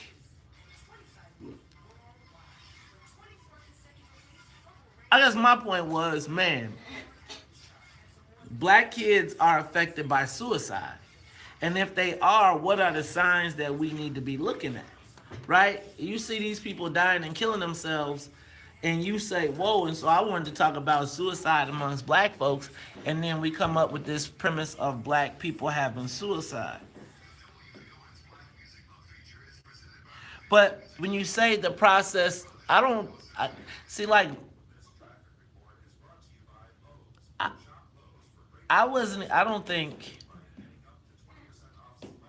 wasn't trying to combat the study necessarily as much as try to talk about the issues and to talk about the fact that there is the potential for young people to commit suicide in our community, and we should be watched.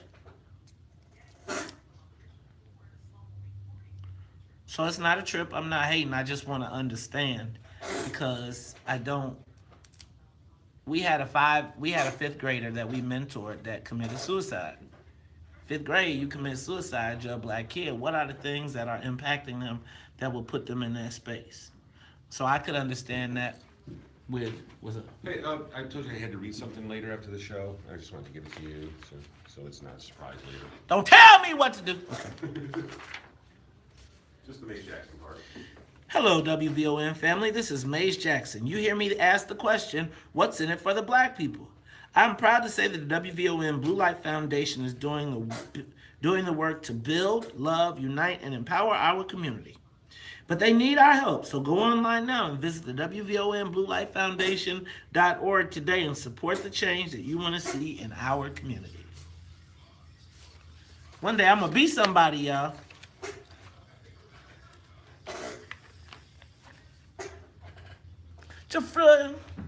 I'm something that you never comprehend. No need to beat you. I never lie. And if you're evil, I forgive you by, 'cause I would die for you. Darling, if you want me to, I would die for you. I'm not your lover. I'm not your friend. I'm something that you never comprehend. No need to worry. No need to cry.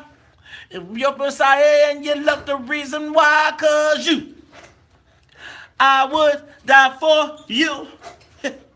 Darling, if you want me to, I would die for you.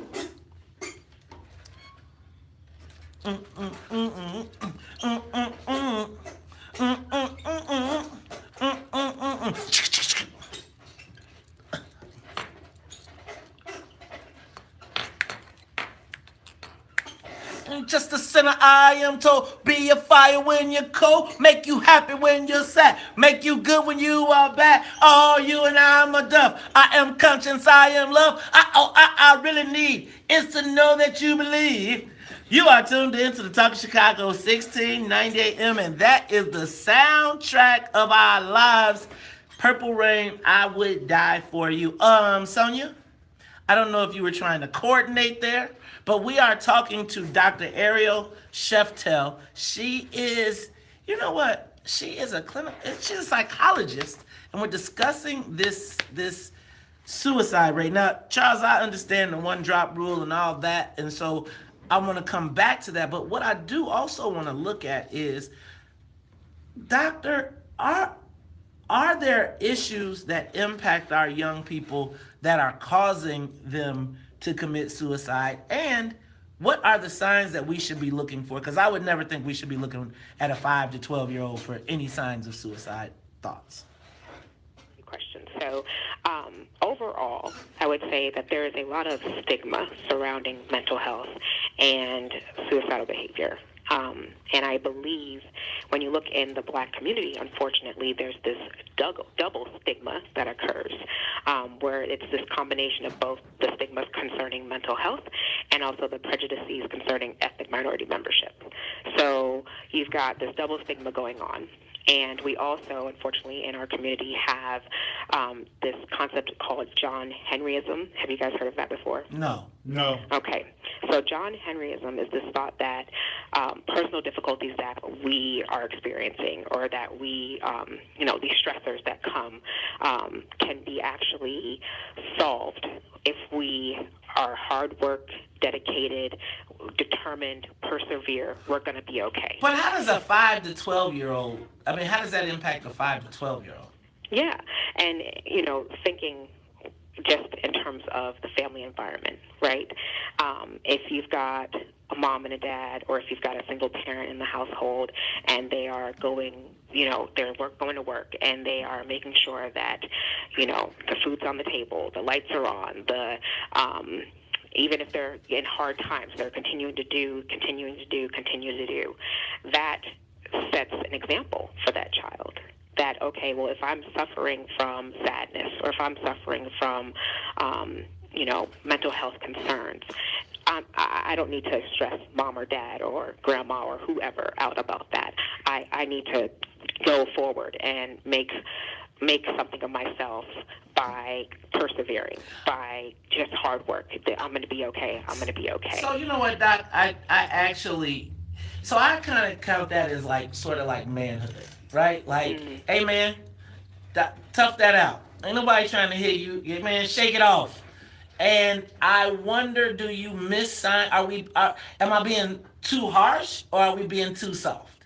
Right? Are we not teaching our kids how to cope with the real life stress? And by not teaching them how to cope with the real life stress, then when they are impacted, they choose I don't want to call it the easy way out, but choose suicide as an option.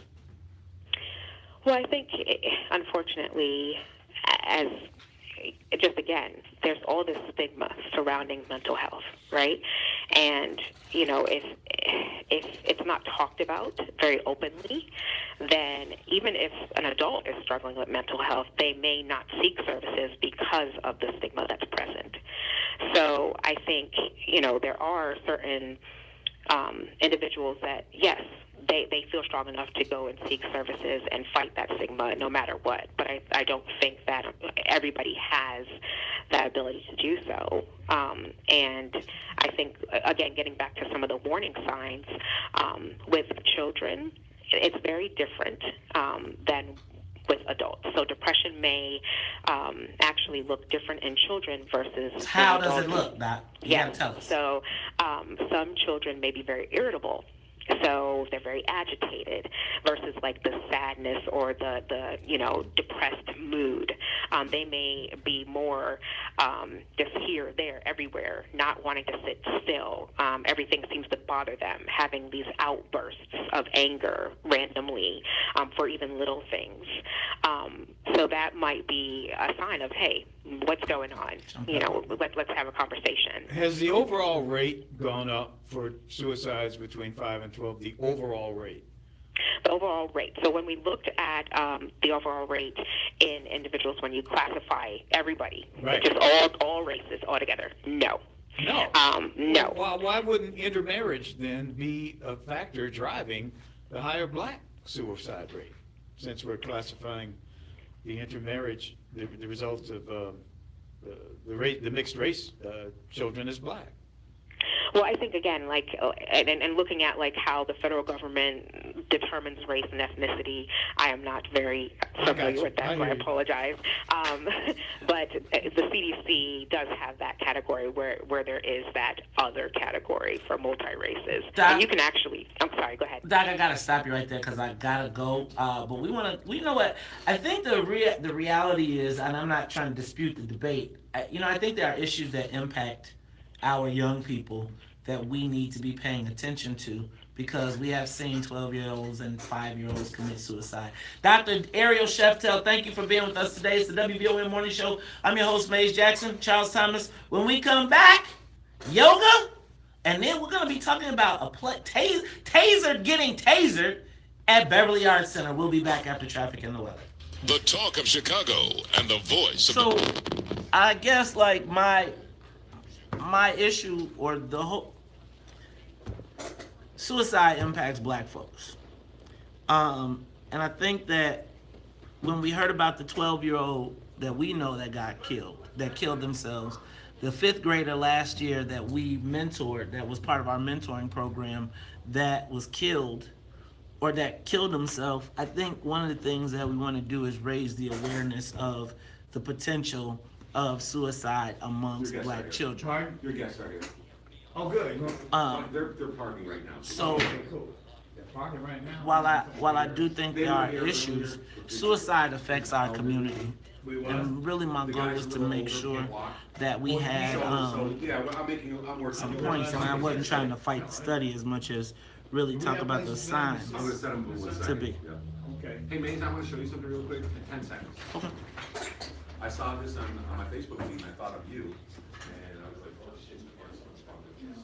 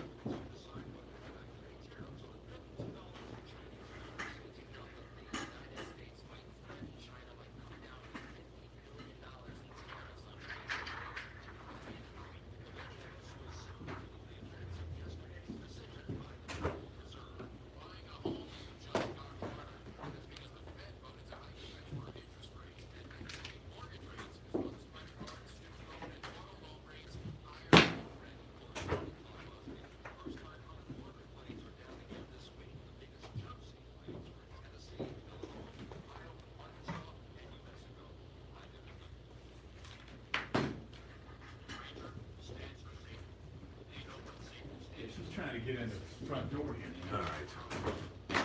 She's trying to be on the side. I'll get around there.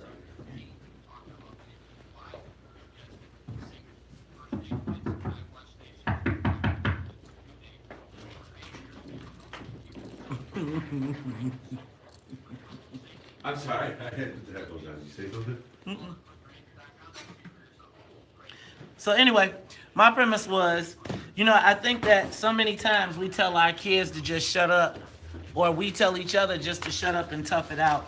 And my goal today of that conversation was really to say, I read a story about what people feel when they think about suicide or what depression feels like, right? I read this thing, and when I read it, I was like, wow, that makes a tremendous amount of sense. And I've heard people who have said that, or who have felt that. And so my point in this conversation was to be like, black folks, we suffer from the same issues. I wasn't really trying to fight them over the issue of the rates. That wasn't my point. My point was, and y'all saw that, right? But my point was, it's all this space and everybody want to come back. It's like, yeah, I'm not even go there. But my point is that suicide is something that could really impact black folks, right? And when we had the fifth grader that killed himself, and the fifth grader that killed himself, and what's going on? What's going on, Percy? How you feeling? Still kicking, not how kicking. So you actually started last year, right? We worked at a workshop of it at the local center. Hi, how are you, sis? The workshop of it? Yeah, like we took it off script, worked it out. But you performed it. You did the play at the university. Even last fall. Yeah, in November. Were there incidents or anything? No. I know. It's crazy. No. Yeah. No, not at all. So it's Have a interesting. seat, have a seat. That's a tie you just set up. Yeah. Yeah, it's interesting.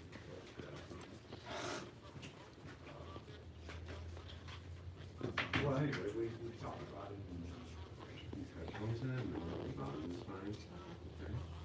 And it just helps you hear yourself and those guys better a lot of time. Okay. And then when you talk into the microphone, when you start Courtesy, right? Yeah. Courtesy. Jeff Flip, sitting here with you. Pardon? So how is everything? I met Tell me you to come down. Oh, is that right? right when I was starting with my comedy years. Tell me your name. Lathea Smile. Stay focused.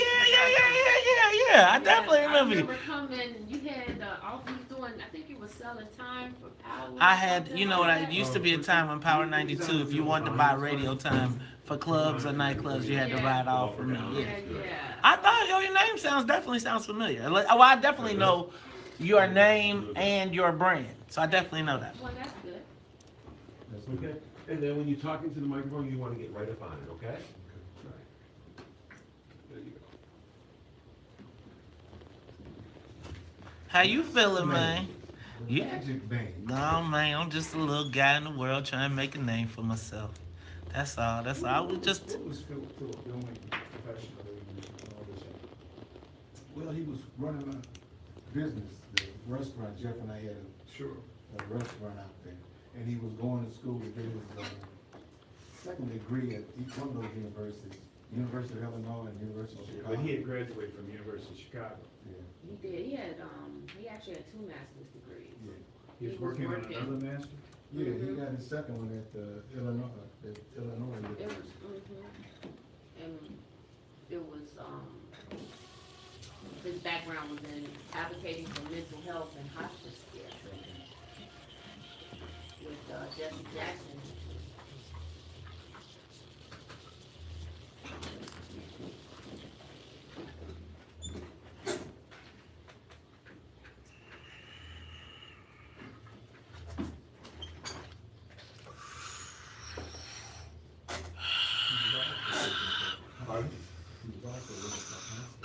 Okay. Jesse Jackson.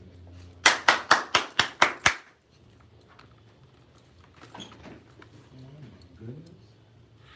Is this a good team? Did he die in custody or did they take him to the hospital? Hospital. Tasered in the custody. Tasered in the custody. Took it to the hospital. Was that the same day or shortly thereafter? Same day. Same day, okay.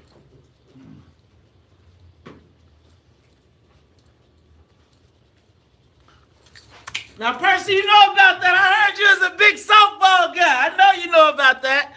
Got that right. I used to be somebody. Ain't you in the Hall of Fame? Yeah. You a Hall of Fame softball player. The world is too small. Used to be somebody, yeah. That was a softball, not You the see politics. Bobo out in the softball field. They know what you talking We've about. been doing this. Not the politics of it. You were in corrections for a long time, right? Still in corrections. Fighting them right now. Don't ask. Good for you.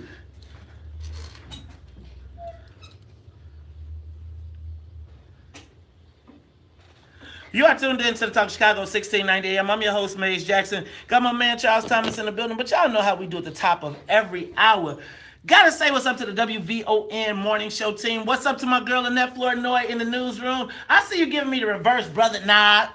Annette, did I see you? My man Vern is like, is Annette ready for the hot weather?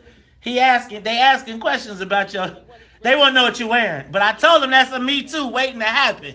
All right. Plus, you know I got the music conductor of the soul playing. Miss Sonia Escobar. She does this thing, keeps us in the air. I am your host, Maze Jackson. And Charles, you got some guests in the studio. Yeah, man. We're going to talk about the play. It's called Tasered, the Philip Oliver Coleman story.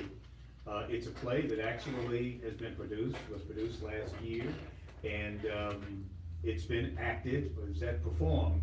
That's the right way of saying it. And in the studio with us this morning, we have Percy Coleman, who is the father of Philip Oliver Coleman, and the producer of the play that is going to perform soon at the Beverly Arts Center, Lathea Smiles. She is producing the play that will be performed June 23rd and 24th at the Beverly Arts Center on the far south side. But first of all, I want to start with Mr. Coleman, Percy Coleman. Tell us about Philip, your son, who was killed, murdered by the Chicago Police Department, and tell us briefly as you can about Philip. Well, Philip Coleman was an honest young man, intellectual, and hardworking. He was running a business, family business, a restaurant we had in Riverdale on 133rd and Halsted when this event took place. And he had 2 degrees, one from the University of Illinois and one from University of Chicago. Well-liked young man, and just a real good young fellow. And he happened to have a mental breakdown December the 12th. And that's Of what year? Of December 12th, 2012. 2012. Yeah. He had a mental breakdown, and he ended up at a Chicago police station. When I tried to, I happened to get to the house after a lot of events took place between him and his mom in our home. And when I got there, ambulance, police departments all over. Well, but could have, go to the short story. By the time I got in touch with Phil, I could see something was physically and mentally wrong with him by the way he was talking and acting. I went to the police and asked them to help me. I also said that I was a police officer and I would like for them to take him for some mental treatment at Jackson Park Hospital. The white sergeant, lieutenant told me, we don't do hospitals, we do jail. So he took him to 111th Street. 111th Street Police Station. Yes. And that's where he was held in custody, and that's where, during the course of him being in custody, they tasered him. Yeah, several times, and thank God for a couple of good policemen who still believe in law enforcement and the service to the community. They let us know about the tape they had when they brought him in. He was unconscious, and the way they treated him and drug him down the hall. So it's all on video? Yes, sir. And he was tasered how many times? I would say it was over 25 or 30 times he was tasered. To try to subdue him when he was in custody? Yes, at the jail and at the hospital. Yes, and I think that's why it's even more important for us to tell this story. And so what we've decided to do, Jackie Coleman, who is the sister of Philip Coleman, she's also a thespian, so she's in theater, and so she wanted to bring his voice to life. And you want to talk, here we want to talk about police abuse, and we also want to talk about mental health. Yes. It's a story about mental health. Yeah, so it's advocating for bringing healing to our communities as it pertains to mental health, as it pertains to police brutality. And we want to continue the dialogue, keep the conversation going. And a lot of us believe that it's taboo in our community to talk about mental health.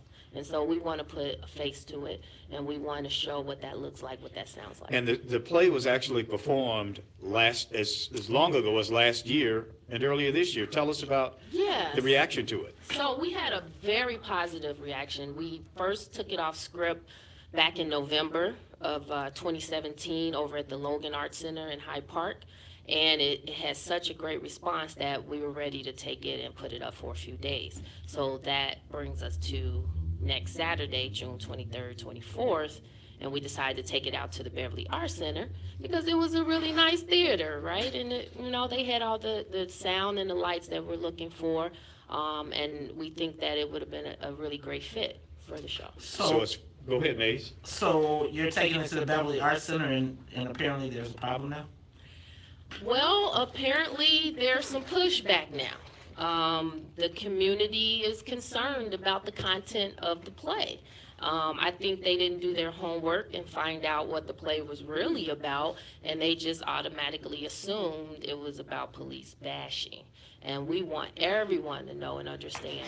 I'm sitting next to a law enforcement guy for over 35 years. Mr. Coleman's been in the law enforcement industry for 35 years. Why would we bash police officers? But it's going to be in Beverly, where a lot of police officers live in the 19th Ward, and apparently, is it the police officers themselves or their families that are so concerned about this play? Well, all I know is we got a call. It's going to be the police themselves will never step up and do something like this. It's going to be their families and their friends. But you said the key word is Beverly.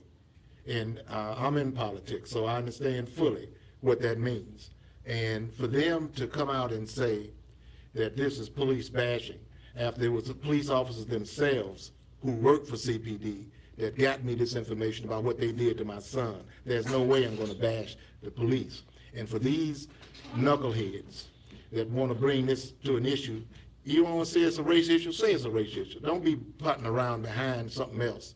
It's a race issue. So what are they doing to try to hinder you putting this play on? If they told you can't do it? Well, they haven't told us that we can't do it. It has been brought to my attention that they're very concerned about it and that we need to beef up our security. Beef up your security. Did you have security problems when you had the play last year, or? No, we didn't. It actually went very well in Hyde Park. So what does beef up the security mean? Add on security officers, get off-duty. Off-duty Chicago cops they want us to hire. So you got to pay the cops who's protesting about the play. You know, sometimes, you know, good sense is and nonsense and bad sense. You just can't make sense out of that stuff. Ladies and gentlemen, we are talking, you know what, there is a play, it is called Tasered. It is going to the Beverly Arts Center. Charles, we got about a few more seconds. So what are the next steps? So what's your plan? Our plan is to have the play on the dates that we've contracted for, and anybody that tries to stop us at that building that I got a contract that we're going to have a problem.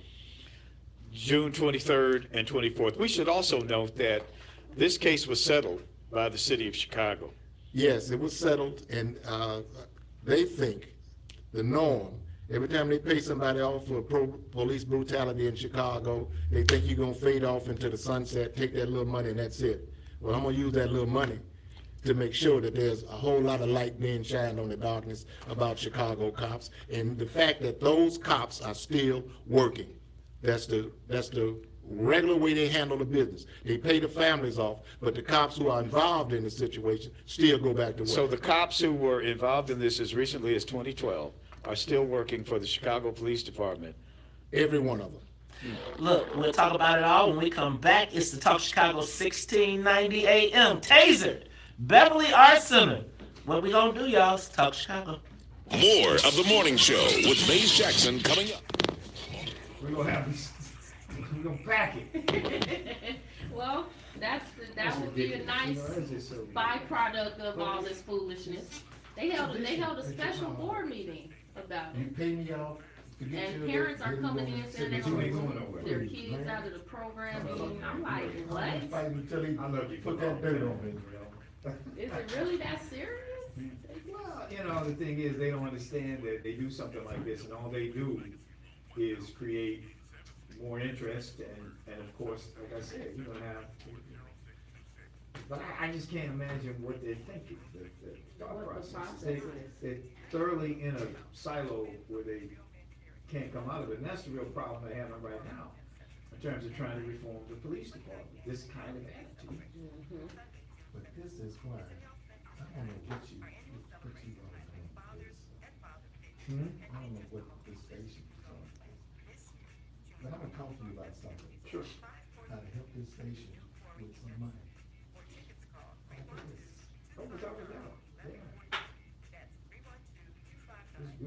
You talked to Mark, right? Yeah, my foundation, I'll tell you, if you don't know, $5,000 or $10,000 my foundation's gonna offer when they get this done. As an incentive. Yeah, Mark would love to hear from you, man. I mean that, this is. But I don't know, you and Mays and Mark and Harold over at 1570, y'all could save this station with this. And this brother here got all kind of influence, man. This is, I can't tell you. Y'all might have been looking for uranium, but you've been found gold. And it won't take long. What? 1 million strong, it won't take long. We already partnered. What's in it for the black people and 10 by 10 are already partnered up. As a matter of fact, we're already partnered with Mark with What's in it for the black people. Actually, we're doing a cookout on the 23rd together. Beecham, My yeah. foundation is gonna pound it with it. Okay. At $5,000 or $10,000 between 1578 and you all. Okay. Who's there first? And Beecham, actually, Beecham and them guys are doing a lot of the security for us as well. That and the 471st. So we got the 471st Gun Club. It's basically everybody black is coming out on the 23rd. Every organization is having operational unity where regardless of who you are, you come out and it'll be out we're in Washington Park. It's probably about 1,000 people be out there. That's why Beecham couldn't come to my thing, because he's gonna be amazing the thing on the 23rd. So they could go to them on the 23rd and then come see us Sunday. That's what we're on gonna the talk 24th. about. And that foundation will donate $5,000 to $10,000 to whichever group gets there first, because we're gonna need them all anyway. Harold Davis and Mark, I'm trying to get them together now. Okay. You hate this place. Well, I'm not interested in I can talk to you. You know what to do with it. The brother got a good idea, but y'all brain gonna have to get on it too. Ooh, we gotta do this California 3 states thing too. So you're doing shows though, ain't you? Don't I see what's your brand? What is your logo? It's, Is it a circle with like film? Yeah, okay, I know your logo. I mean, I see it. Are you doing just in Chicago or are you all over now? Well, I've branched out to a couple other cities, but I'm not national yet. Okay. Primarily. All right. Yeah, I'm still here at home. Good stuff. But films, streaming, and content is on my focus now. Okay. Is this I've the same? accomplished what I wanted to do with comedy. Is this the same company that performed the play last fall? Mm-hmm. We just added a few more bells and whistles. Yeah, my family was skeptical about this.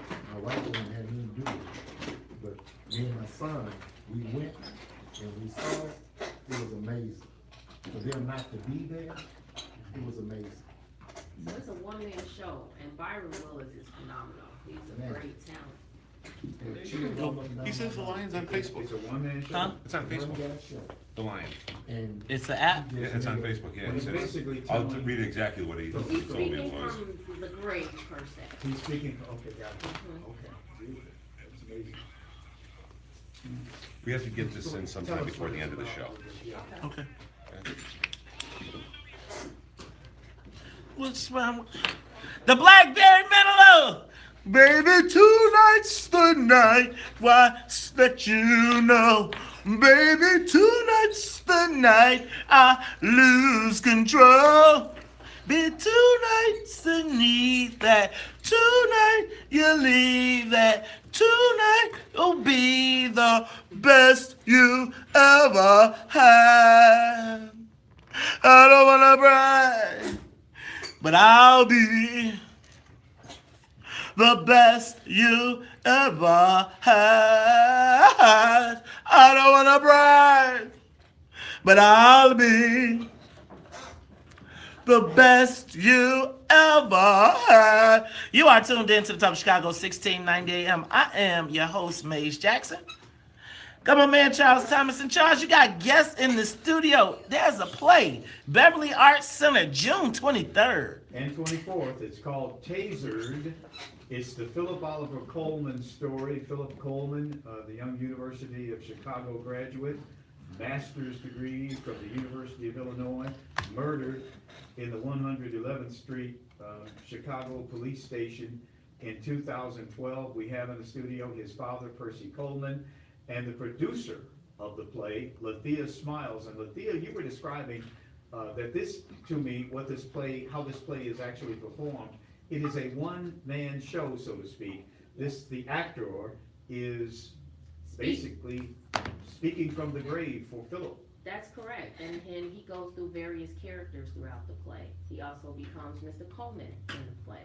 So it's a very entertaining way to bring such a somber sort of content to the table, and we think that it's going to enlighten and get people, you're gonna feel it, but you're also gonna laugh and you're gonna cry, but you're gonna want to do something. It's about the brutality that he faced in the police station, as well as his mental illness that led him into the custody. That state. That's right. So we traveled through his mind prior to the incident, and then we give you a glimpse of what that looks like. So we have a reenactment of that specific event, and then we take you through where he ends up until his death. And the play is going to be performed on June 23rd and 24th at the Beverly Arts Center under some duress, because apparently there have been calls to the Beverly Arts Center, which of course is in the 19th Ward where many police officers live, and they are alleging that this is going to be police bashing and or there may be some protests, or if they were considering, they wanted to have it pulled, and they don't think it should go on. But don't pull it. Don't pull it. The show must go on. We need this. Our community needs this. Our men need this. We're pleading for a special plea to the men. We want men in the building. We want you to come prepared to lead with action on how you can cope with these type of situations if you're faced with that. Are you all prepared for Beverly? I mean, you think about the community that it is, and we know who it is. Are you prepared? Are people safe coming? Absolutely. You know, from the Beverly residents. All of this stuff about Chicago, everybody knows that we know that Chicago is a tale of two cities. Well, Beverly is in Chicago. I'm a citizen in Chicago, a resident of Chicago. And we got a right to go to 111th Street and do a play, just like we got a right to go downtown and see a play. So when you say, are we prepared? Yes, I would love to see, white or black, anybody to come up and want to confront me about this play and how the police killed my son. I would love for that publicity to come out. Mace, we're gonna shed so much light on this building that darkness won't even want to be in the building. Got it. You know, this is a positive play. There's no negativity attached to this, and we're not police bashing. So the goodness that is the undertone for this event will definitely be exemplified that night. Are there? Have you heard from other people in Beverly who might be supportive of what you're trying to do? Because this seems to be a move to heal as opposed to divide. The plan is to heal. We haven't found too many supporters yet. Really? Well, now, what you haven't had, you know, most of the time, the people who make the most noise are better organized than the people who sit back and watch. So we're gonna find out about the three kinds of people. Those who watch what happened, those who wonder what happened, and those who make things happen. At that play, we're also gonna be entertaining this 10 by 10 and some other issues where we're bringing us together. For example, this radio station and Harold Davis and them, we're gonna bring folks together, and when we walk out of that room, we're gonna all be talking about reorganizing, remobilizing, and re-energizing our folks to take care of ourselves. Have you reached out to the alderman yet? I mean, Matt O'Shea. That's our next step. Mm-hmm. And also asked her to get in touch with this newspaper, the Beverly, what is it? You don't want to do that. Well, that ain't smart. Well, it all started after the press release and the blurb they've given us on the play. The call started happening once they. That's exactly how they get the info out to the people. Yeah. So yeah, go ahead. What about the police district? Have they weighed in at all? Because it seems kind of ridiculous to think that something like this would have to need extra security. Why don't they send it? Now that would be the key point. If the Beverly Arts Center thought that there was something gonna be amiss at this play, first step would have been they would have asked for more police coverage. Instead of telling us to pay some off-duty cops some extra money to do what, I'd say call the police department if you think it's gonna be a problem, have them up there. Let me add that the Beverly Arts Center is supportive of us. It's not the Beverly Arts Center who is against the play. They letting us have it there. And the artistic director understands that it is a theatrical performance and there's no police bashing and there's no harm and intent in this production. So they are supportive of us. It's the residents who's giving them pushback and hard time, from what I understand, apparently. That voice belongs to Lathea Smiles, who is the producer of Taser, the Philip Oliver Coleman story that will be performed on June 23rd and 24th at the Beverly Arts Center. It is about Philip Oliver Coleman, who is the son of our other guest, Percy Coleman, who is, I guess they call you the angel, the backer, the guy who's putting the bucks behind it. Thank you so much, both of you, for sharing this with us this morning on the WVON morning. Now, let me just say this. I cannot have you in this studio without sending a big shout out to my man Jeffrey Coleman, who is out on the front lines every day, kicking butt, taking names, pushing the envelope. You know what? And I want to make sure that we acknowledge the Colemans for everything that they have done, continue to do in our community to push forward. Hey, it's the WVON Morning Show. When we come back, we gonna talk about this. Do we have a serial killer on the loose in Chicago? Absolutely. We got to ask that question. It's the Talk Chicago 1690. We'll be back. Love you, man. Love everything you've done over the years. Y'all just make sure y'all try to make one of them. I know you can't do the 23rd. The 24th, I want to end it up with you, Harold, everybody there about what we're going to do for our community. Thank you so much. Thank you. I appreciate the time. Oh, thanks. Most definitely. I didn't get to tell them where to get tickets from. You do a last little piece for me? They can get tickets on Eventbrite. Or they could go eventbrite.com, or they can go to taserthestageplay.com. Okay, cool. Learn more, You get have all info, You have a Google a website, everything. All right, thank you so much. Have a great rest of the day. Thank y'all. Okay, word. I'm talking to you, man. All right. You go out the store right now. Okay, God bless you, man. Charles, just communicate with her when he's on. Oh, yeah. Thanks for staying in touch. I will. Send me an email. All right, we'll All right, Percy. I'm talking to you. Can you hear me? Okay. We're gonna go right out the store.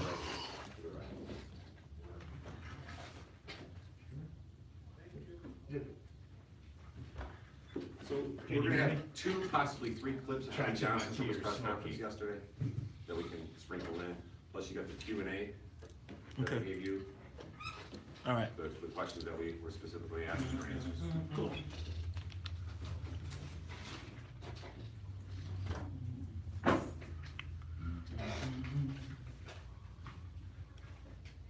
So, real talk, Beverly Arts Center is controlled by the ward. If you remember, we had Heather Ireland Robinson on here, and she got ran out of the Beverly Arts Center as the black woman. The Beverly Arts Center was created by that same community. So when they talked about the advertising going in the Beverly Review, that advertising is actually the call to tell people to come protest the issue, right? It's like that's the beacon for those people. The other thing is black folks in Beverly don't traditionally want other black folks from outside of Beverly coming to disturb the balance. And so understand that in Beverly, all of the institutions, they're controlled by the ward organization, and they will make a stink. So no, the lady will be the great art director, but then they'll send the sign to everybody else. That's the choice. That's how it works. It's Thursday morning. Practice.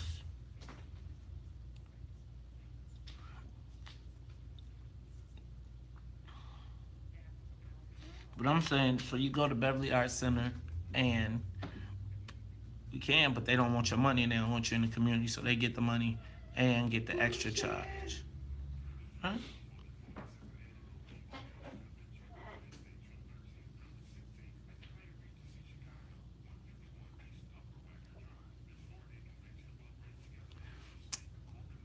I think the way to probably have handled it would have probably been to set up a meeting with Matt and probably set up a meeting with some community people. I think when you do it this way, it only exacerbates. So now all of us calling, all of us coming is only gonna make it worse. I just wanna encourage you to remember what happened to the black family on 111th. Now it's not the same as Beverly, but what I do think is that the more you raise the issue, the stronger it makes them resist. And the black folks in Beverly ain't finna stand up for them. Black folks in Beverly are gonna be like, man, we trying to keep don't come bringing that ruckus to our neighborhood. So I just think, sometimes it's not the publicity of it. It's like you chill out, you talk to find out who the people are that are making the decisions. You got a liaison. If you're a police officer, there's a black liaison to the police officers. Shoot, Eddie Johnson lives in Mount Greenwood. I just think you got to know the difference between the different communities that you're dealing with. Us complaining about what happens in Beverly only makes Matt stronger. Black people being mad because we can't come there only reinforces for them that he's doing a good job. They're aldermen. So, just, it's like different communities in Chicago operate differently, and you got to know who you're talking to. So before you go to Beverly Arts Center, before you just plan, we got to tell our sister, hey sister, you got to go to the venues that are frequently that want your money. Because now we fighting to go into a place that don't want our money because white folks we want to be where the white folks are. Take it to Parkway Ballroom. Just saying. It's like this is the fight that we have while we don't have stuff. Right? So fight to spend your money where they don't want you.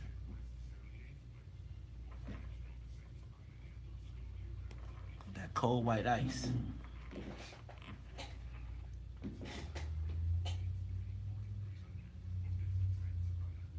And they choked it out when Heather was there. So they stopped sending stuff there. It's like, y'all understand, they do vertical integration. Every institution, go look at the story of when they were going to name that ice rink Morgan Park.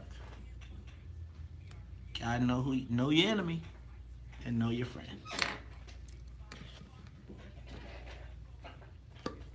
So you gotta ask, is the question to, do they want to get the play done? Or do they want to get the...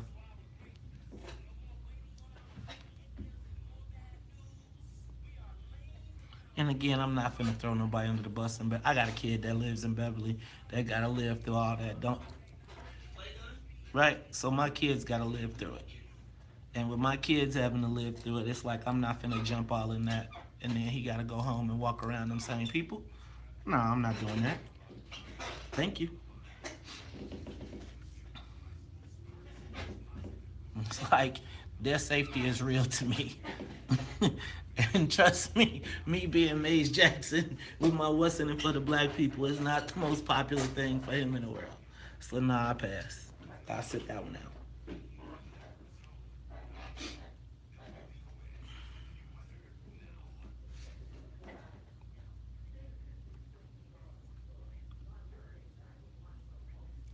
Take a moment, share the broadcast. Right. Who we got?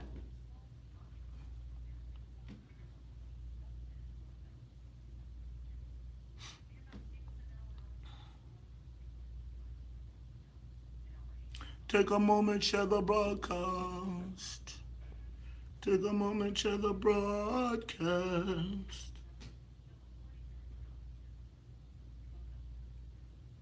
Right. Right, but they about to put the black kids out of agriculture, right? That's why they were trying to close down Kellogg. Remember, they were trying to make Kellogg, Mount Greenwood, North and South, so they could run the black folks up. I'm just telling you, and the black people in Beverly don't want black people coming up there messing their stuff up. That's why they put the lights on to run the black kids out for Halloween. Right. So we're going to keep the white restaurants open.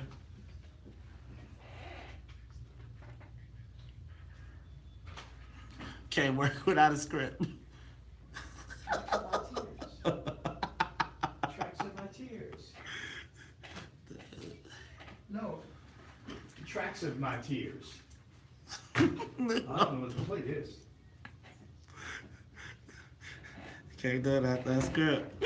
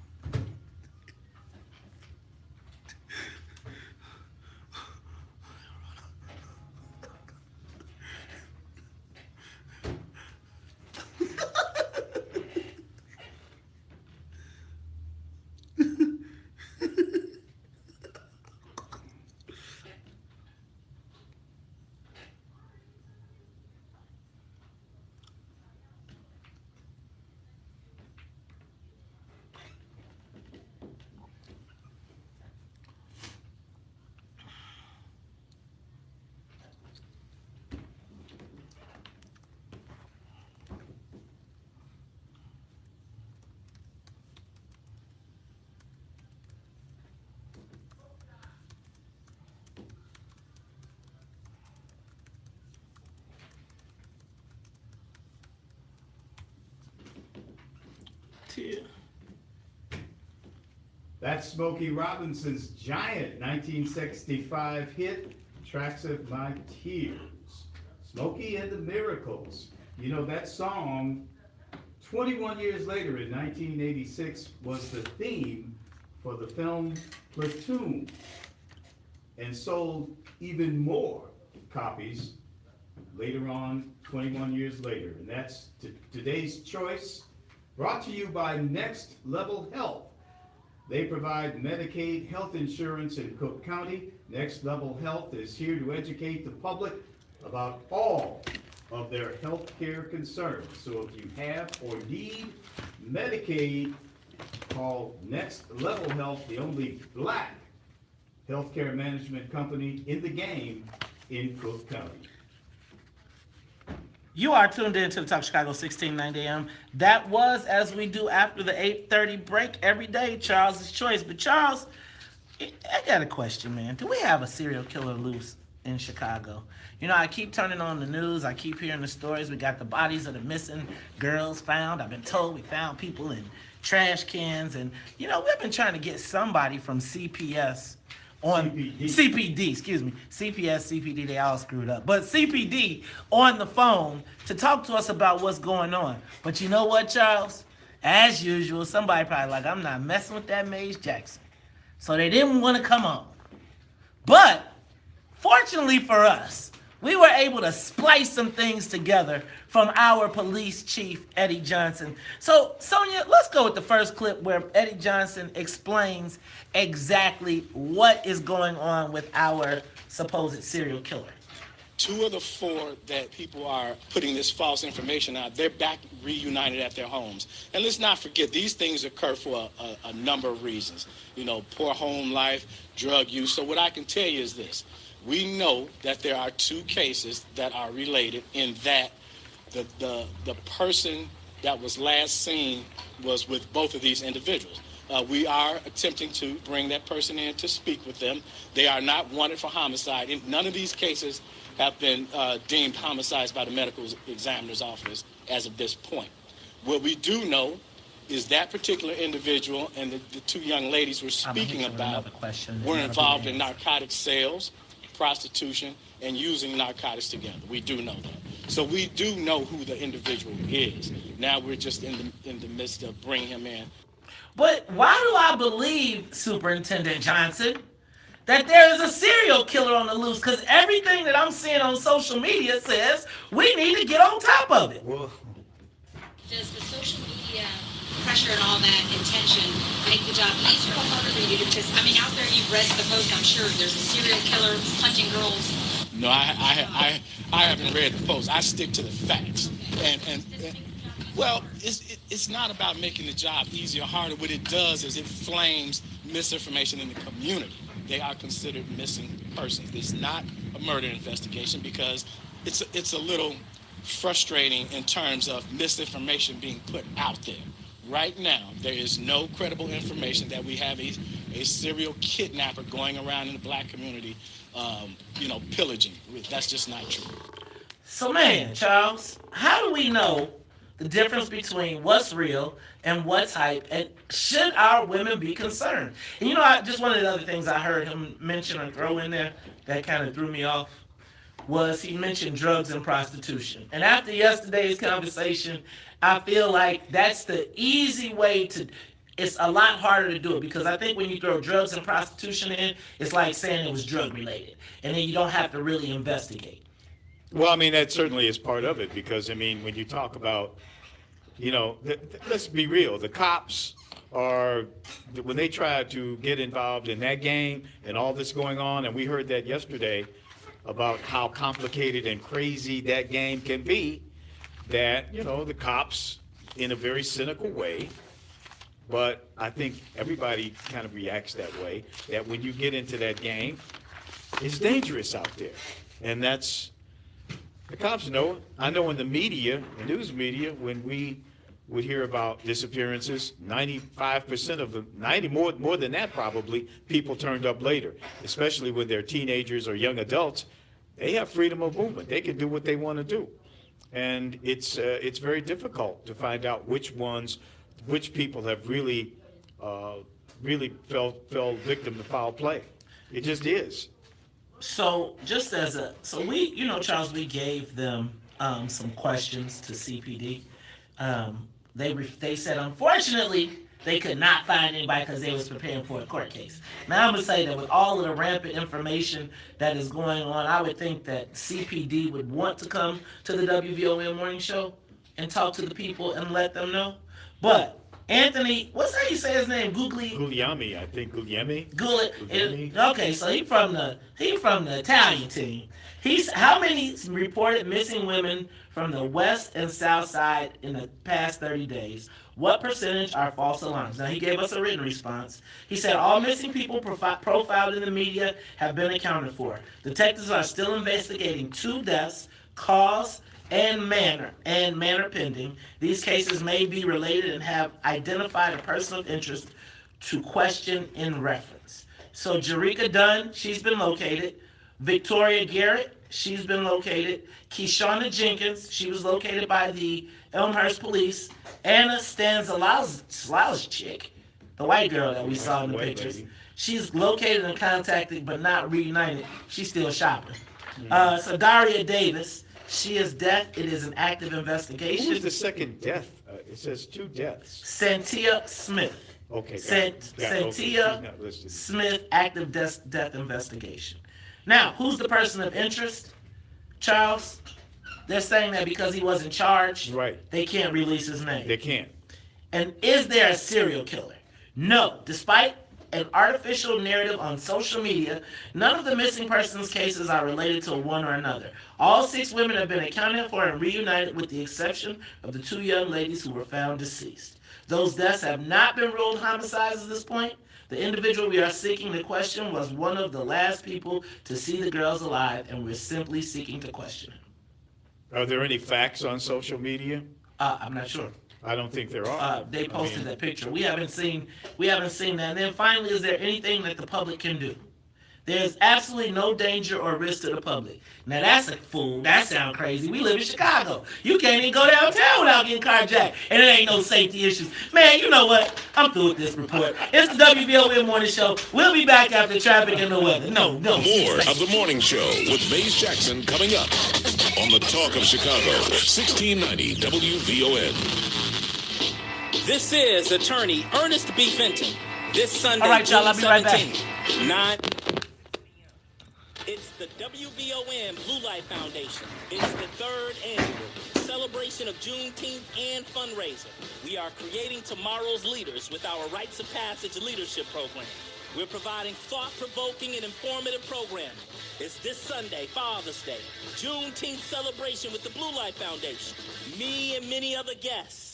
No more asking or making excuses for blackness or our greatness. No more waiting on our 40 acres and more bad news. We are laying the foundation and lighting our own passageway with blue light. Tune in. Father's Day, 9 a.m. to 6 p.m. Be inspired and join the Blue Light Movement.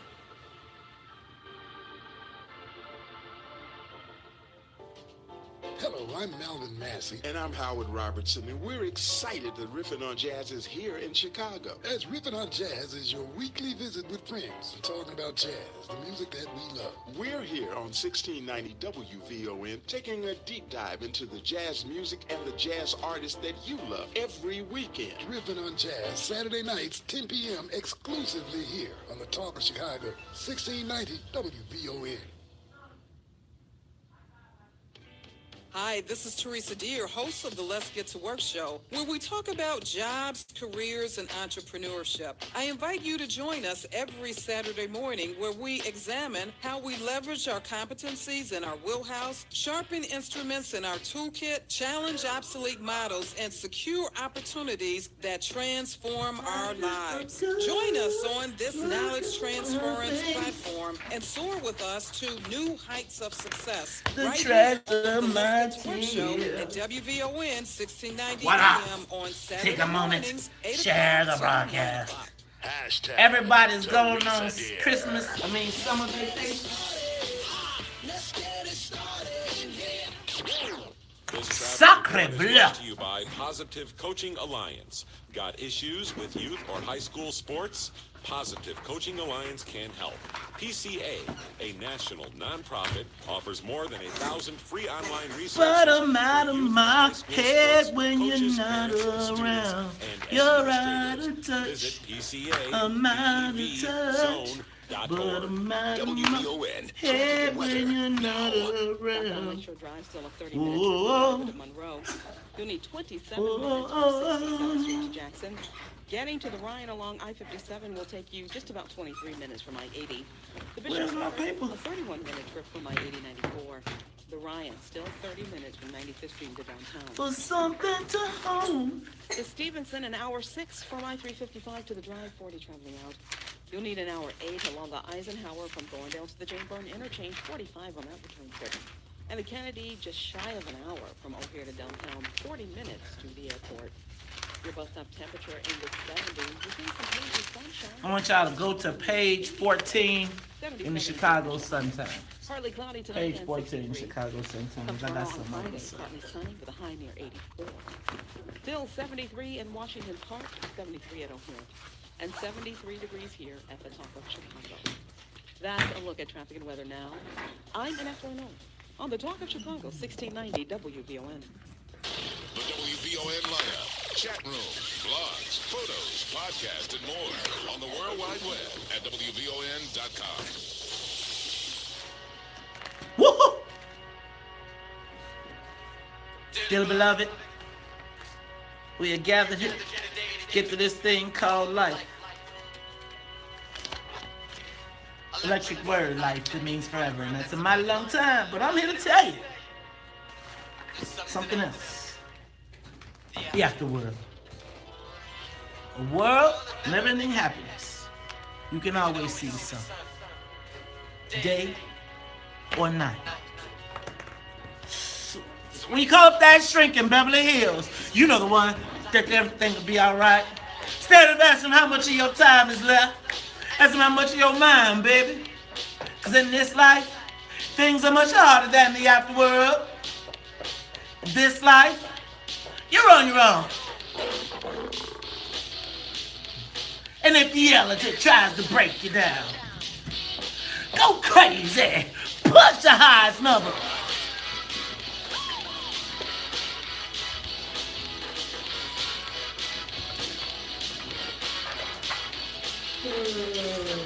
WVON is cooking up something special for you all. Barbecue eating, blues loving folks. Join us for our inaugural Blues and Barbecue Day Party.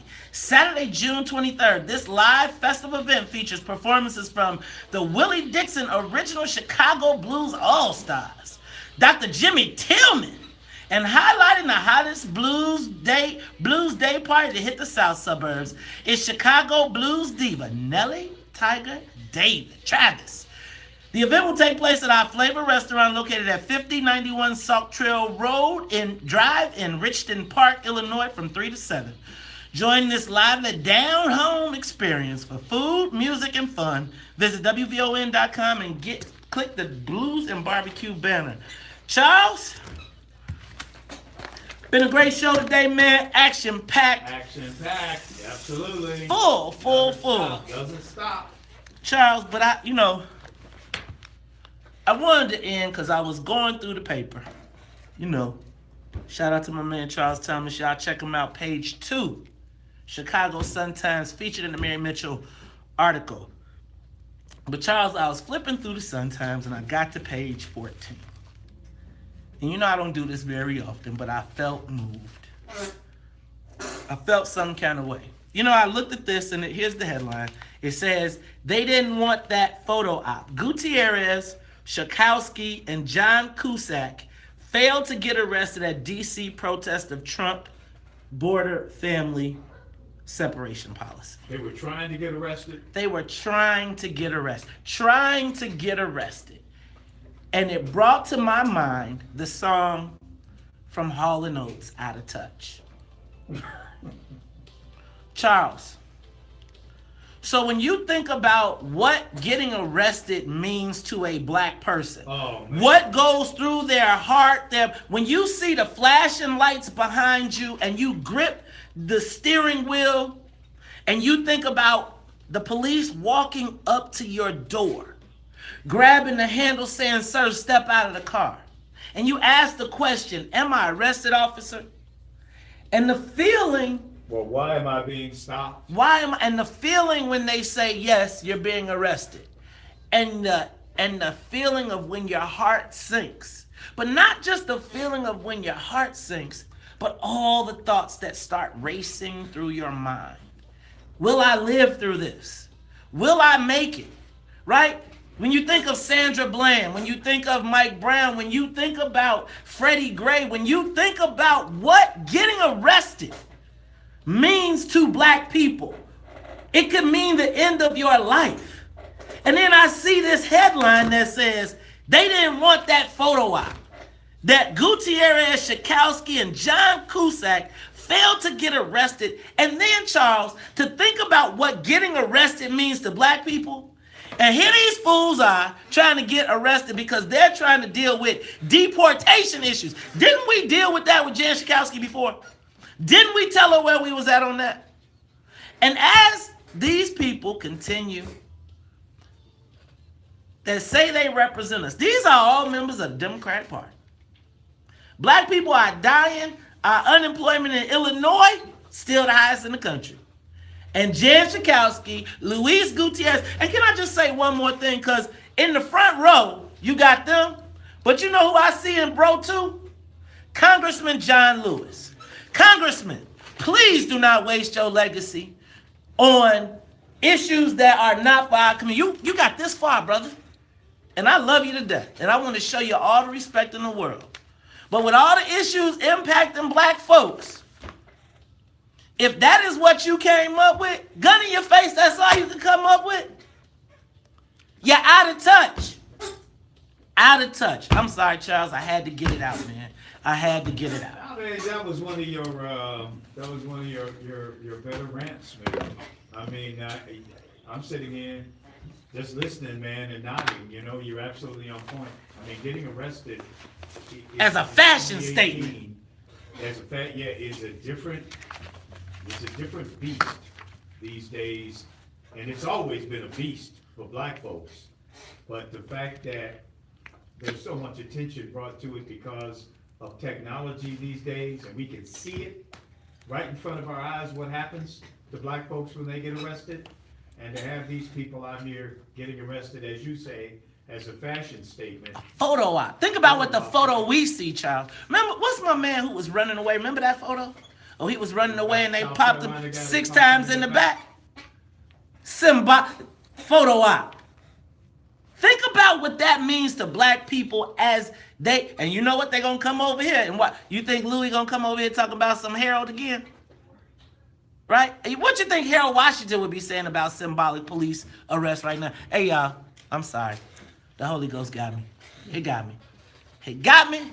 I got to preach and went back to my days as a commentator. But Charles, you know what? The time has come again. And it just seems like it comes so quick.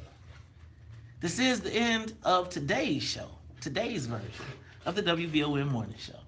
So, for Netflix in the newsroom, for Miss Sonia Escobar, the musical conductor of the Soul Plane. For my man Charles Thomas, I am your host of the WVON Morning Show. My name is Maze Jackson. And if they don't like it, let me tell you what you tell them. You still tell them, Maze said, we out of here. Peace. But I'm out of my head when you're not around. Oh, oh, oh, oh, out of touch, out of touch, out of touch. For something to hold. Woo, out of my head when you're not around. Oh, oh, oh, oh, oh. Take a moment. Let your friends know we ain't going Hell no, we won't go. For something to hold when you're out of my head, when you're not around. Oh, oh, oh. All right, peace out. See you, hater.